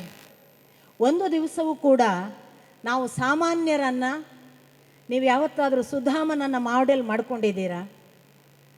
ಸುಧಾಮನ ಹಾಗೆ ಆದರೆ ಏನು ದೊಡ್ಡ ಶ್ರೀಮಂತಿಕೆ ಬರಬಹುದು ಗೊತ್ತಾ? ಅದು ಯಾವ ಭಗವಂತನಿಂದ ಬರುವ ಖಾಯಂ ಶ್ರೀಮಂತಿಕೆ ಮತ್ತು ಖಾಯಂ ಆನಂದ ಯೋಚಿಸಿದ್ದೇವಾ? ಇಲ್ಲ. ವಿದ್ಯಾರ್ಥಿ ಆಗುವುದು ಅಂದರೆ ಪಾಠ ಕೇಳೋದು, ಪಾಠದಲ್ಲಿ ಒಳ್ಳೆ ಅಂಕ ತಗೊಳ್ಳೋದು, ಅಂಕದಲ್ಲಿ ಯಾರು ಹೆಚ್ಚು ಅಂಕ ತಗೋತಾರೆ ಅವರು ರ್ಯಾಂಕ್ ಹೋಲ್ಡರ್ಸ್, ಉಳಿದವರೆಲ್ಲ ಕಡಿಮೆ, ರ್ಯಾಂಕ್ ತಗೊಂಡವನೇ ದೊಡ್ಡವ. ಇಂಥ ಯೋಚನೆಗಳನ್ನು ಯಾವಾಗ ಬಿಡೋದು ನಾವು? ನಮಗೆ ಈ ಥರದ ಯೋಚನೆಗಳು ಇರೋದ್ರಿಂದಲೇ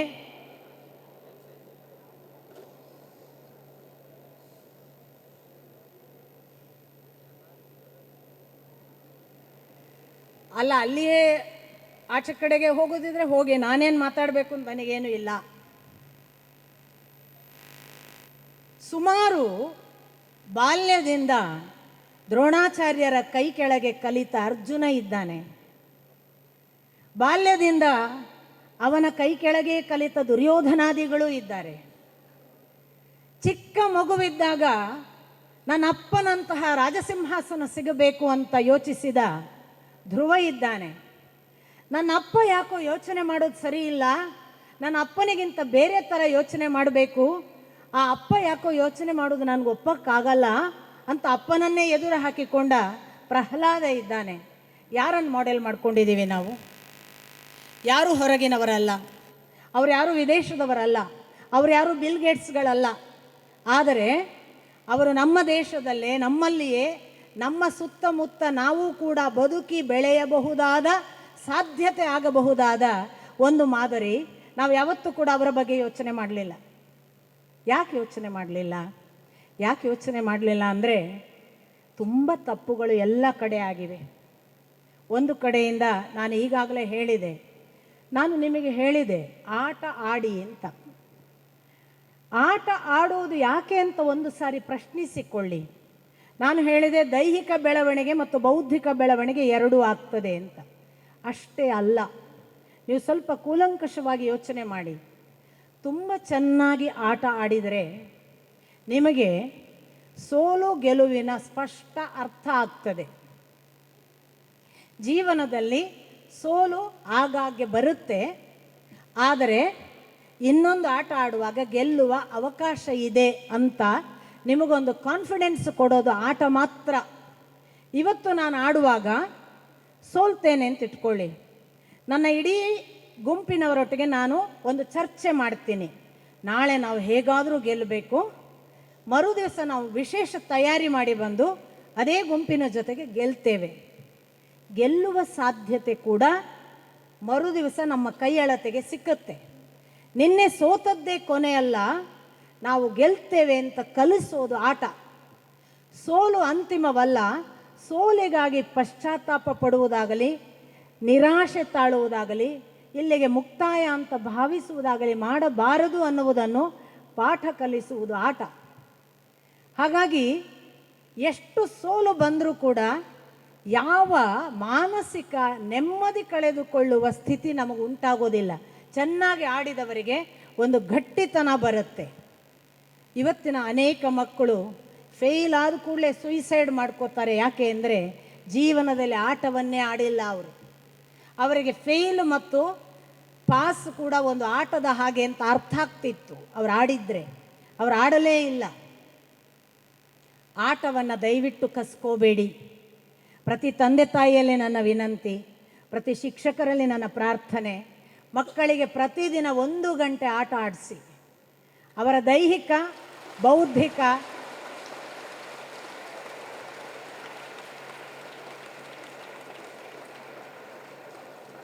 ನನ್ನನ್ನು ಬೈಕೋತಾರೋ ಏನೋ ಶಾಲೆಯವರೆಲ್ಲ ಕಡೆಗೆ, ಇವರು ಬರೀ ಆಟ ಆಡಿ ಅಂತ ಹೇಳಿ ಹೋಗಿದ್ದಾರೆ ಅಂತ. ನಾನು ಮುಂದಿನ ಮಾತನ್ನು ಕೂಡ ನಿಮಗೆ ನಿವೇದನೆ ಮಾಡ್ಕೋತೀನಿ. ಈ 1 ಗಂಟೆಯ ಆಟ ನಿಮ್ಮನ್ನೆಷ್ಟು ಬಲಶಾಲಿ ಮಾಡ್ತದೆ ಅನ್ನುವುದಕ್ಕೆ ಅರ್ಜುನ ಸಾಕ್ಷಿ. ನೀವು ಅರ್ಜುನನ ಹಾಗೆ ಆಗಬೇಕು ಅಂತ ಇದ್ದರೆ ಆಟ ಆಡಿ.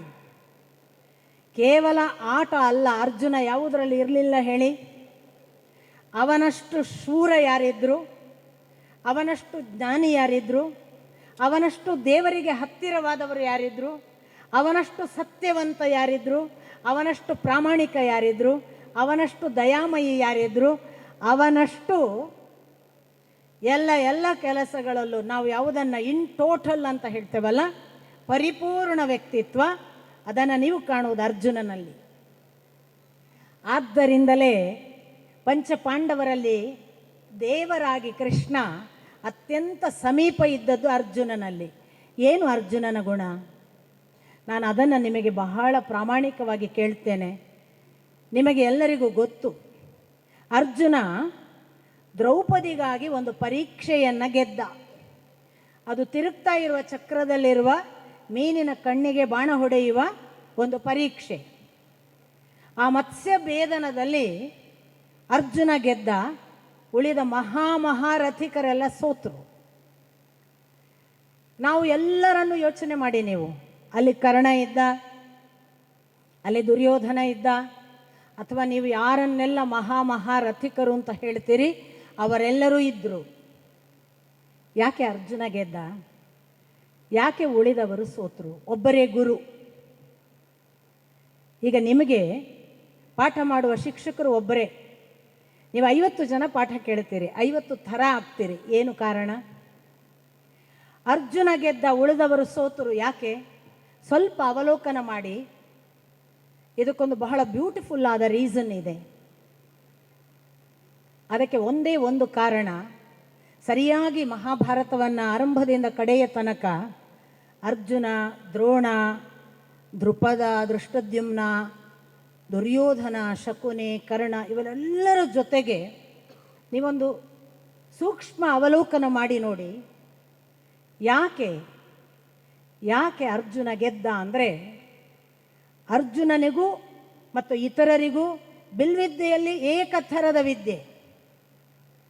ಶೌರ್ಯ ಪರಾಕ್ರಮದಲ್ಲಿ ದೈಹಿಕವಾಗಿ ಬಲಿಷ್ಠ, ಕೆಲವರು ದುರ್ಬಲ, ಅದಿರಬಹುದು. ಕರ್ಣ ಈಕ್ವಲ್ ಇದ್ದ.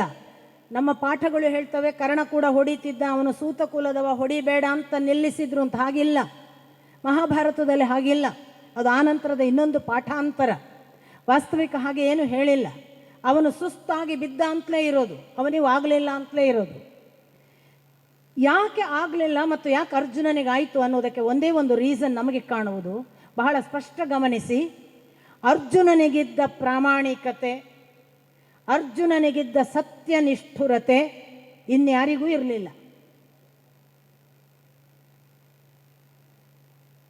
ಸತ್ಯ ಮತ್ತು ಪ್ರಾಮಾಣಿಕರಾಗಿದ್ದರೆ ಯಾವ ಯುದ್ಧದಲ್ಲೂ ಗೆಲ್ಲಬಹುದು ಅನ್ನುವುದಕ್ಕೆ ಅರ್ಜುನ ಸಾಕ್ಷಿ. ನಮ್ಮಲ್ಲಿ ತುಂಬ ಓದುವುದರಲ್ಲಿ ಬಹಳ ಹುಷಾರಿರ್ತೇವೆ ಅಂತ ಇಟ್ಕೊಳ್ಳೋಣ. ಸುಳ್ಳೇ ಮಾತಾಡ್ತಿದ್ರೆ, ಪ್ರಾಮಾಣಿಕತೆಯೇ ಇಲ್ಲದೇ ಇದ್ದರೆ ಏನು ಉಪಯೋಗ? ನಮ್ಮ ಜೊತೆಗೆ ಧರ್ಮವಿದೆ, ನಮ್ಮ ಜೊತೆಗೆ ಸತ್ಯವಿದೆ, ನಮ್ಮ ಜೊತೆಗೆ ಪ್ರಾಮಾಣಿಕತೆ ಇದೆ. ಎಲ್ಲಕ್ಕೂ ಮಿಗಿಲಾಗಿ ನಮ್ಮ ಜೊತೆಗೆ ಶ್ರೀಕೃಷ್ಣನಿದ್ದಾನೆ. ಅಣ್ಣ, ಹೆದರಬೇಡ, ನಾವು ಯುದ್ಧದಲ್ಲಿ ಗೆದ್ದೇ ಗೆಲ್ಲುತ್ತೇವೆ. ಇದು ಅರ್ಜುನನ ಮಾತು. ಅರ್ಜುನ ಎಲ್ಲ ಕಾಲಕ್ಕೂ ನಂಬಿದ್ದು ನಮ್ಮ ಜೊತೆಗೆ ಸತ್ಯ ಇರಬೇಕು, ನಮ್ಮ ಜೊತೆಗೆ ಪ್ರಾಮಾಣಿಕತೆ ಇರಬೇಕು, ನಮ್ಮ ಜೊತೆಗೆ ನಿರಂತರವಾಗಿ ಧರ್ಮನಿಷ್ಠೆ ಇರಬೇಕು, ಅಧರ್ಮದಲ್ಲಿ ಗೆಲ್ಲುವ ಪ್ರಯತ್ನ ಮಾಡಬಾರದು, ಮತ್ತು ನಿರಂತರವಾಗಿ ನಾವು ಯಾರನ್ನು ನಂಬಿದ್ದೇವಲ್ಲ ಆ ದೇವರ ಜೊತೆಗೆ ಭಕ್ತಿ ಇರಬೇಕು. ಇದು ಅರ್ಜುನ ತೋರಿಸಿಕೊಟ್ಟ ಮಾರ್ಗ. ಬಹಳ ಜನ ಚೆನ್ನಾಗಿ ಓದ್ತಾರೆ, ಪಕ್ಕದ ಸ್ಟೂಡೆಂಟಿಗಿಂತ ಚೆನ್ನಾಗಿ ಓದ್ತಾರೆ, ಅವರಕ್ಕಿಂತ ಹೆಚ್ಚು ಪಾಠ ಚೆನ್ನಾಗಿ ಕೇಳಿರ್ತಾರೆ. ಬರೆಯುವಾಗ ಅವನು ಫಸ್ಟ್ ಬರ್ತಾನೆ, ಇವನು ಸೆಕೆಂಡ್ ಆಗ್ತಾನೆ. ಕಾರಣ ದಯವಿಟ್ಟು ಅವಲೋಕಿಸಿ. ನೀವು ಚೆನ್ನಾಗಿ ಕೇಳಿದ್ದೀರಿ, ಚೆನ್ನಾಗಿ ಓದಿದ್ದೀರಿ, ಬರೆಯುವ ಹೊತ್ತಿಗೆ ಏನೋ ಎಡವುತ್ತದಲ್ಲ, ಅದೇ ನಾನು ಹೇಳ್ತಾ ಇರೋದು. ಒಳಗಿರುವ ಅಪ್ರಾಮಾಣಿಕತೆ, ಒಳಗಿರುವ ಅಸತ್ಯ, ಒಳಗಿರುವ ಧರ್ಮನಿಷ್ಠೆ ಅಲ್ಲದ ಅಧರ್ಮ, ಒಳಗಿರುವ ದೈವಭಕ್ತಿಯ ಕೊರತೆ, ಇವೆಲ್ಲ ಇದ್ದರೆ ಅರ್ಜುನನಂತೆ ಆ ದಿನ ಯಾರಿಗೂ ಗೆಲ್ಲಲಾಗದ್ದನ್ನು ನಾನು ಗೆದ್ದೆ ಅನ್ನುವ ಒಂದು ಆ ಅಳತೆಯ ಎತ್ತರದ ಆ ಸ್ಥಿತಿ ಅರ್ಜುನನಿಗೆ ಸಾಧ್ಯ ಆಯಿತಲ್ಲ, ಖಂಡಿತಕ್ಕೂ ನಿಮಗೆ ಸಾಧ್ಯ ಆಗತ್ತೆ. ಯಾವ ತಾಯಿ ಹೋಮ್ವರ್ಕ್ ಮಾಡ್ಕೊಂಡಿರಲ್ಲ ಅಂತ ಅಂದ್ಕೊಳ್ಳಿ. ಇವತ್ತು ನೀವು ಹೋಮ್ವರ್ಕ್ ಮಾಡಿರಲ್ಲ, ಅಮ್ಮಂಗೆ ಏನೇನೋ ಕಷ್ಟ ಆಗಿ ಅವಳಿಗೆ ಮಾಡಿಕೊಡೋಕ್ಕಾಗಲಿಲ್ಲ, ಪ್ರಾಮಾಣಿಕವಾಗಿ ಹೋಗಿ ಮನೆಯಲ್ಲಿ ತೊಂದರೆ ಆಯಿತು, ನನಗೆ ಹೋಮ್ವರ್ಕ್ ಮಾಡೋಕ್ಕಾಗಲಿಲ್ಲ ಸರ್ ಅಂತ ಎಷ್ಟು ಜನ ಬಂದು ಹೇಳ್ತೀರಿ? ಸತ್ಯವನ್ನೇ ಬಂದು ಹೇಳುವವರು ಒಂದು ಕ್ಷಣ ಹೊಡೆಸಿಕೊಳ್ಳಬಹುದು, ಒಂದು ಕ್ಷಣ ಏನೋ ಮನೆಯಲ್ಲಿ ಆಟ ಆಡ್ಕೊಂಡು ಪುರ್ಸೋತಾಗಲಿಲ್ಲ ಅಂತ್ಯ ಅನ್ನಬಹುದು. ಆದರೆ ನೀವು ಉಳಿತೀರಿ ನಮ್ಮ ಎದೆಯ ಒಳಗೆ. ನಾನು ಒಬ್ಬ ಪಾಠ ಮಾಡಿದ ಶಿಕ್ಷಕಿಯಾಗಿ ಹೇಳೋದು, ಸುಳ್ಳು ಹೇಳುವವನಿಗಿಂತ ಸತ್ಯ ಹೇಳುವವ ನಮ್ಮ ಒಳಗೆ ಉಳಿತಾನೆ. ನಮಗೆ ಅವನು ಹೆಚ್ಚು ಹತ್ತಿರವಾಗ್ತಾನೆ. ನಾವು ಅವನನ್ನು ಕರ್ಕೊಂಡು ಅವನಿಗೆ ಏನನ್ನಾದರೂ ದಾರಿ ಎರೆಯೋಣ ಅನಿಸುತ್ತೆ. ಯಾಕೆ ಗೊತ್ತಾ? ಸತ್ಯಕಾಮ ಅಂತ ಒಬ್ಬ ಋಷಿಗಳು ಆಗಿ ಹೋದರು. ಆ ಸತ್ಯಕಾಮ ಒಂದು ದಿನ ತನ್ನ ಬಾಲ್ಯಾವಸ್ಥೆಯಲ್ಲಿ ಹೀಗೆ ಪಾಠ ಕೇಳಬೇಕು ಅಂತ ಗುರುಗಳ ಹತ್ರ ಬರ್ತಾನೆ. ಆ ಕಾಲಕ್ಕೆ ಗುರುಗಳು ಕೇಳ್ತಿದ್ದದ್ದು ನಿನ್ನ ಕುಲಗೋತ್ರ ಏನು ಹೇಳು ಅಂತ. ಈಗ ಕೇಳ್ತಾರಲ್ಲ ಕಾಸ್ಟ್, ಜೆಂಡರ್ ಅಂತ, ಹಾಗೆ ಆ ಕಾಲಕ್ಕೆ ನಿನ್ನ ಕುಲಗೋತ್ರ ಏನು ಅಂತ ಕೇಳ್ತಿದ್ದು. ಗುರುಗಳ ಮುಂದೆ ನಿಂತ ಶಿಷ್ಯ, ಪುಟ್ಟ ಬಾಲಕ, ನಿನ್ನ ಕುಲಗೋತ್ರ ಹೇಳು ಅಂದ. ಅವನಿಗೆ ಗೊತ್ತಿರಲಿಲ್ಲ. ನಮಗೆ ಹುಟ್ಟುತ್ತಲೇ ಯಾರಿಗೂ ನಮ್ಮ ಕುಲಗೋತ್ರ ಗೊತ್ತಿಲ್ಲ. ಆ ಬಳಿಕ ಹೇರಲಾಗ್ತದೆ ನೀನು ಇದೇ ಅಂತ. ಆ ಹುಡುಗನಿಗೆ ಹಾಗೆ ಗೊತ್ತಿಲ್ಲ. ಅವ ಮನೆಗೆ ಬಂದ. ಗುರುಗಳು ಹೇಳಿದರು ಕೇಳಿಕೊಂಡು ಬಾ ಅಂತ. ಅವ ಮನೆಗೆ ಬಂದ, ಅಮ್ಮನನ್ನು ಕೇಳಿದ. ಅಮ್ಮ, ಗುರುಗಳು ನನ್ನ ಕುಲಗೋತ್ರ ಯಾವುದು ಅಂತ ಕೇಳಿದ್ದಾರೆ. ಅವಳು ಜಬಾಲ ಅಂತ ಅವಳ ತಾಯಿಯ ಹೆಸರು. ಜಬಾಲ ಹೇಳ್ತಾಳೆ, ಜಬಾಲಾಳ ಪ್ರಾಮಾಣಿಕತೆ ನೋಡಿ ಅವಳು ಹೇಳ್ತಾಳೆ, ನಾನು ತುಂಬ ಮನೆಗಳಲ್ಲಿ ಕಸಮುಸುರೆ ಮಾಡಿದ್ದೇನೆ. ನೀನು ಯಾರಿಗೆ ಹುಟ್ಟಿದ್ದಿ ನನಗೆ ಗೊತ್ತಿಲ್ಲ, ಆದರೆ ನನಗೆ ಇಷ್ಟು ಗೊತ್ತು, ನೀನು ನನಗೇ ಹುಟ್ಟಿದ್ದಿ. ಆದ್ದರಿಂದ ನಿನ್ನ ಗೋತ್ರ ಜಾಬಾಲ ಗೋತ್ರ ಅಂತ. ಹುಡುಗ ಹಾಗೆ ಬಂದು ಮರುದಿವಸ ಗುರುಗಳ ಮುಂದೆ, ನನ್ನಮ್ಮ ಹೀಗೆ ಹೇಳಿದ್ದಾಳೆ, ನಾನು ಜಾಬಾಲ ಗೋತ್ರದವ, ನನಗೆ ಉಳಿದದ್ದು ಗೊತ್ತಿಲ್ಲ ಅಂತ ಹೇಳಿದ. ಗುರುಗಳು ಹೇಳಿದರು, ಪ್ರಾಮಾಣಿಕತೆ ಪ್ರಥಮ ಆದ್ಯತೆ ಮತ್ತು ಪ್ರಥಮ ಅರ್ಹತೆ ಒಬ್ಬ ವಿದ್ಯಾರ್ಥಿಗೆ.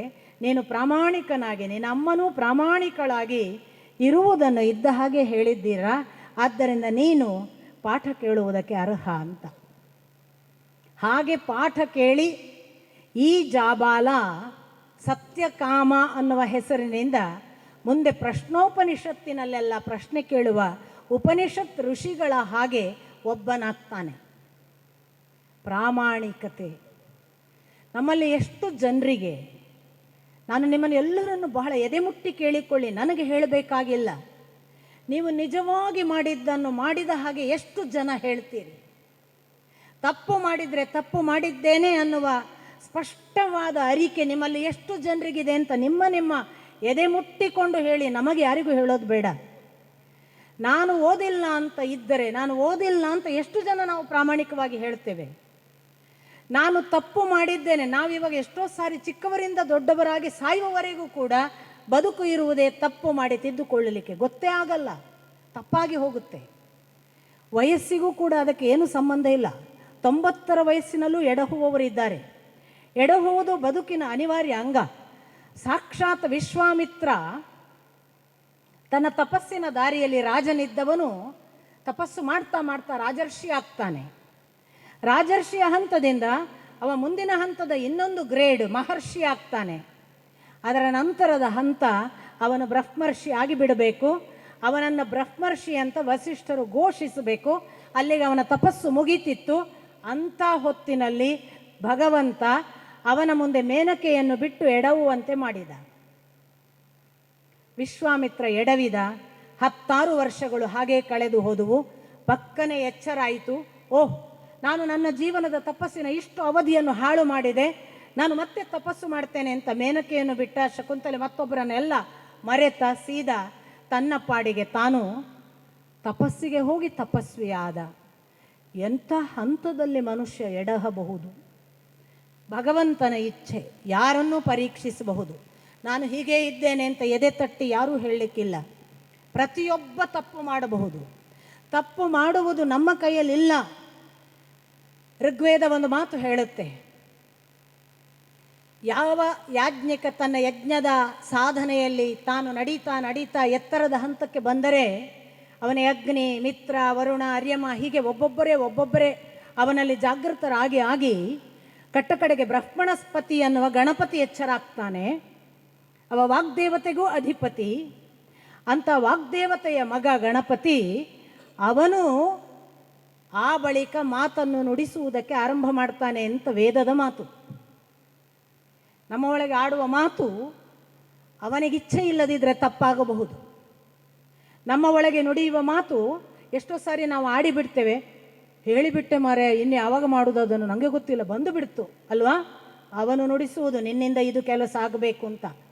ಇನ್ನು ಕೆಲವರು ನನ್ನ ಕೈಲಾಗುವುದಿಲ್ಲಪ್ಪ ಅಂದಾಗ ನೀನು ಮಾಡಿಯೇ ಮಾಡ್ತೀನಿ ಅಂತ ಯಾರೋ ಫೋರ್ಸ್ ಮಾಡಿಸಿ ಅವನಿಂದ ಮಾತು ತಗೋತಾರೆ. ಅದು ಅವನ ಇಚ್ಛೆ. ಈ ಎಲ್ಲ ಎಚ್ಚರಗಳ ಜೊತೆಗೆ ಸೂಕ್ಷ್ಮ ನಡೆದರೆ ನೀವು ಗಮನಿಸಿ, ನೀವು ಅಪ್ರಾಮಾಣಿಕರಿದ್ದರೆ, ಸುಳ್ಳು ಹೇಳ್ತಿದ್ರೆ ಖಂಡಿತ ಪೆನಾಲ್ಟಿ ಅನುಭವಿಸಿಯೇ ಅನುಭವಿಸ್ತೇವೆ ನಾವು.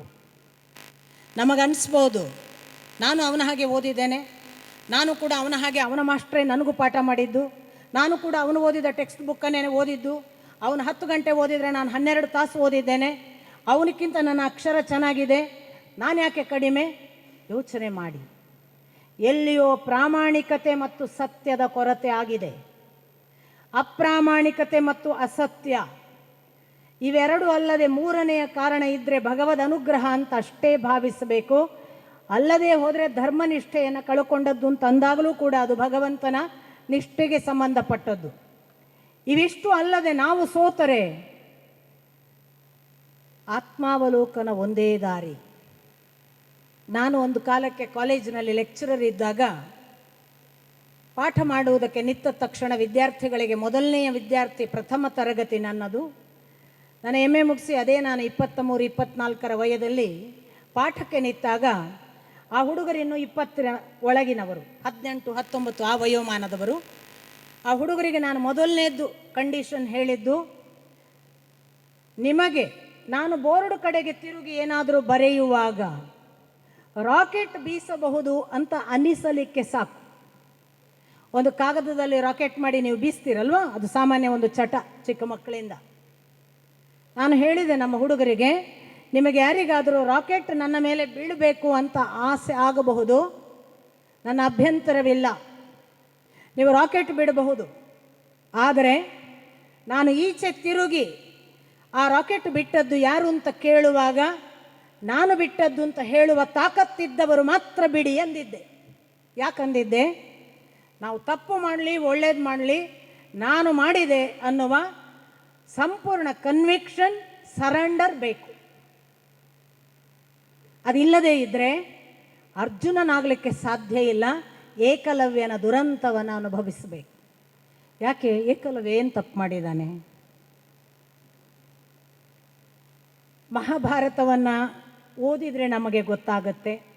ಬಹಳ ಜನ ಎಡಪಂಥೀಯರಿಗೆ ಏಕಲವ್ಯ ಒಬ್ಬ ನಮ್ಮ ಪರಂಪರೆ ಮಾಡಿದ ಮೋಸದ ಮಾದರಿ. ಆದರೆ ನಿಜವಾಗಿ ಏಕಲವ್ಯನ ದೋಷ ಏನು? ಅವನು ವಾಸ್ತವಿಕ ಶಬ್ದವೇದಿ ವಿದ್ಯೆಯನ್ನು ದ್ರೋಣಾಚಾರ್ಯರಿಂದ ಅರ್ಜುನ ಕಲಿತಿದ್ದ. ಅರ್ಜುನನಿಗೆ ಒಂದು ಮಾತು ಕೊಟ್ಟಿದ್ದರು ಗುರು ದ್ರೋಣಾಚಾರ್ಯರು, ಗಮನ ಇಡಿ. ಅರ್ಜುನನಿಗೆ ಮಾತು ಕೊಟ್ಟ ದ್ರೋಣಾಚಾರ್ಯರಿಗೆ ಸಾಕ್ಷಾತ್ ಪ್ರತಿಭಾಶಾಲಿಯಾದ ಒಬ್ಬ ಮಗ ಇದ್ದ, ಅಶ್ವತ್ಥಾಮ. ಅಶ್ವತ್ಥಾಮನಿಗೆ ಕಲಿಸಲಿಲ್ಲ ಅವರು. ಅವ್ರು ಏನು ಹೇಳಿದರು? ಲೋಕದ ಪ್ರಥಮ ವೀರನನ್ನಾಗಿ ನಿನ್ನನ್ನು ಮಾಡ್ತೇನೆ ಬಿಲ್ವಿದ್ಯೆಯಲ್ಲಿ ಅಂತ. ದ್ರೋಣಾಚಾರ್ಯರು ಅರ್ಜುನನಿಗೆ ಕೊಟ್ಟ ಮಾತು, ಲೋಕದ ಪ್ರಥಮ ಬಿಲ್ವಿದ್ಯೆಯವನನ್ನಾಗಿ ನಿನ್ನನ್ನು ಮಾಡ್ತೇನೆ ಅಂತ. ಇತ್ತ ಏಕಲವ್ಯನಿಗೆ ದ್ರೋಣಾಚಾರ್ಯರ ವಿದ್ಯೆಯಿಂದ ಪ್ರಭಾವಿತನಾಗಿ ಅವರಂತೆ ಆಗಬೇಕು ಅನ್ನುವ ಹಂಬಲ ಬಂದು ಅವನು ಪ್ರಯತ್ನ ಪಟ್ಟ. ಅವನು ಹೇಗೆ ಪ್ರಯತ್ನ ಪಟ್ಟದ್ದು? ಅವನು ತಾನೇ ದ್ರೋಣಾಚಾರ್ಯರನ್ನು ಮೂರ್ತಿ ಮಾಡಿ, ಆ ಮೂರ್ತಿಯಲ್ಲಿ ದ್ರೋಣಾಚಾರ್ಯರನ್ನು ತಾನೇ ಆವಾಹಿಸಿ, ನಿತ್ಯ ಆ ಮೂರ್ತಿಯಲ್ಲಿಯೇ ಆ ದ್ರೋಣಾಚಾರ್ಯರನ್ನು ಜೀವಂತ ಅನುಭವಿಸಿ, ತಾನು ಅವರಿಗೆ ತನ್ನನ್ನು ಸಮರ್ಪಿಸಿಕೊಂಡು ಅವನು ಆ ಬಿಲ್ವಿದ್ಯೆಯನ್ನು ಕಲಿತ ಮಾತ್ರ ಅಲ್ಲ, ದ್ರೋಣಾಚಾರ್ಯರು ಎಷ್ಟು ಪ್ರಭಾವಶಾಲಿ ಆ ಮಟ್ಟಕ್ಕೆ ಇವನೂ ಕೂಡ ಅತ್ಯಂತ ಪ್ರಭಾವಶಾಲಿ ಬಿಲ್ವಿದ್ಯೆಗಾರ ಆಗ್ತಾ ಇರುವ ಹಂತದಲ್ಲಿದ್ದ. ಅವನಿಗೆಲ್ಲವೂ ಸಾಧ್ಯವಾಗಿತ್ತು. ಯಾಕೆ? ಆ ಪರಿ ಸಮರ್ಪಣೆ ಇತ್ತು.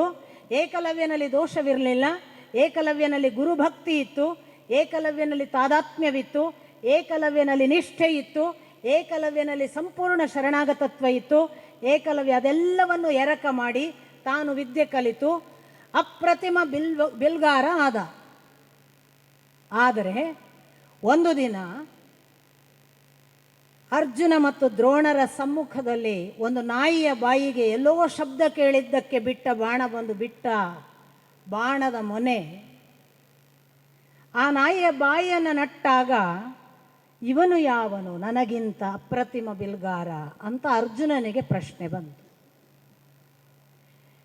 ಶಬ್ದವೇದಿ, ಶಬ್ದವನ್ನು ಅನುಸರಿಸಿ ಕಿವಿಯಲ್ಲಿ ಕೇಳಿ ಹೊಡೆಯೋ ವಿದ್ಯೆ.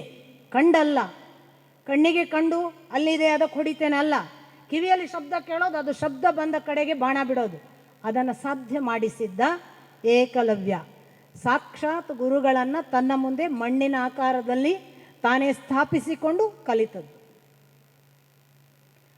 ಆಗ ದ್ರೋಣಾಚಾರ್ಯರು ಬಹಳ ವಿಶೇಷವಾಗಿದ್ದಾನೆ ಇವನು ಅಂತ ನೋಡಿದಾಗ ಅದು ಏಕಲವ್ಯ.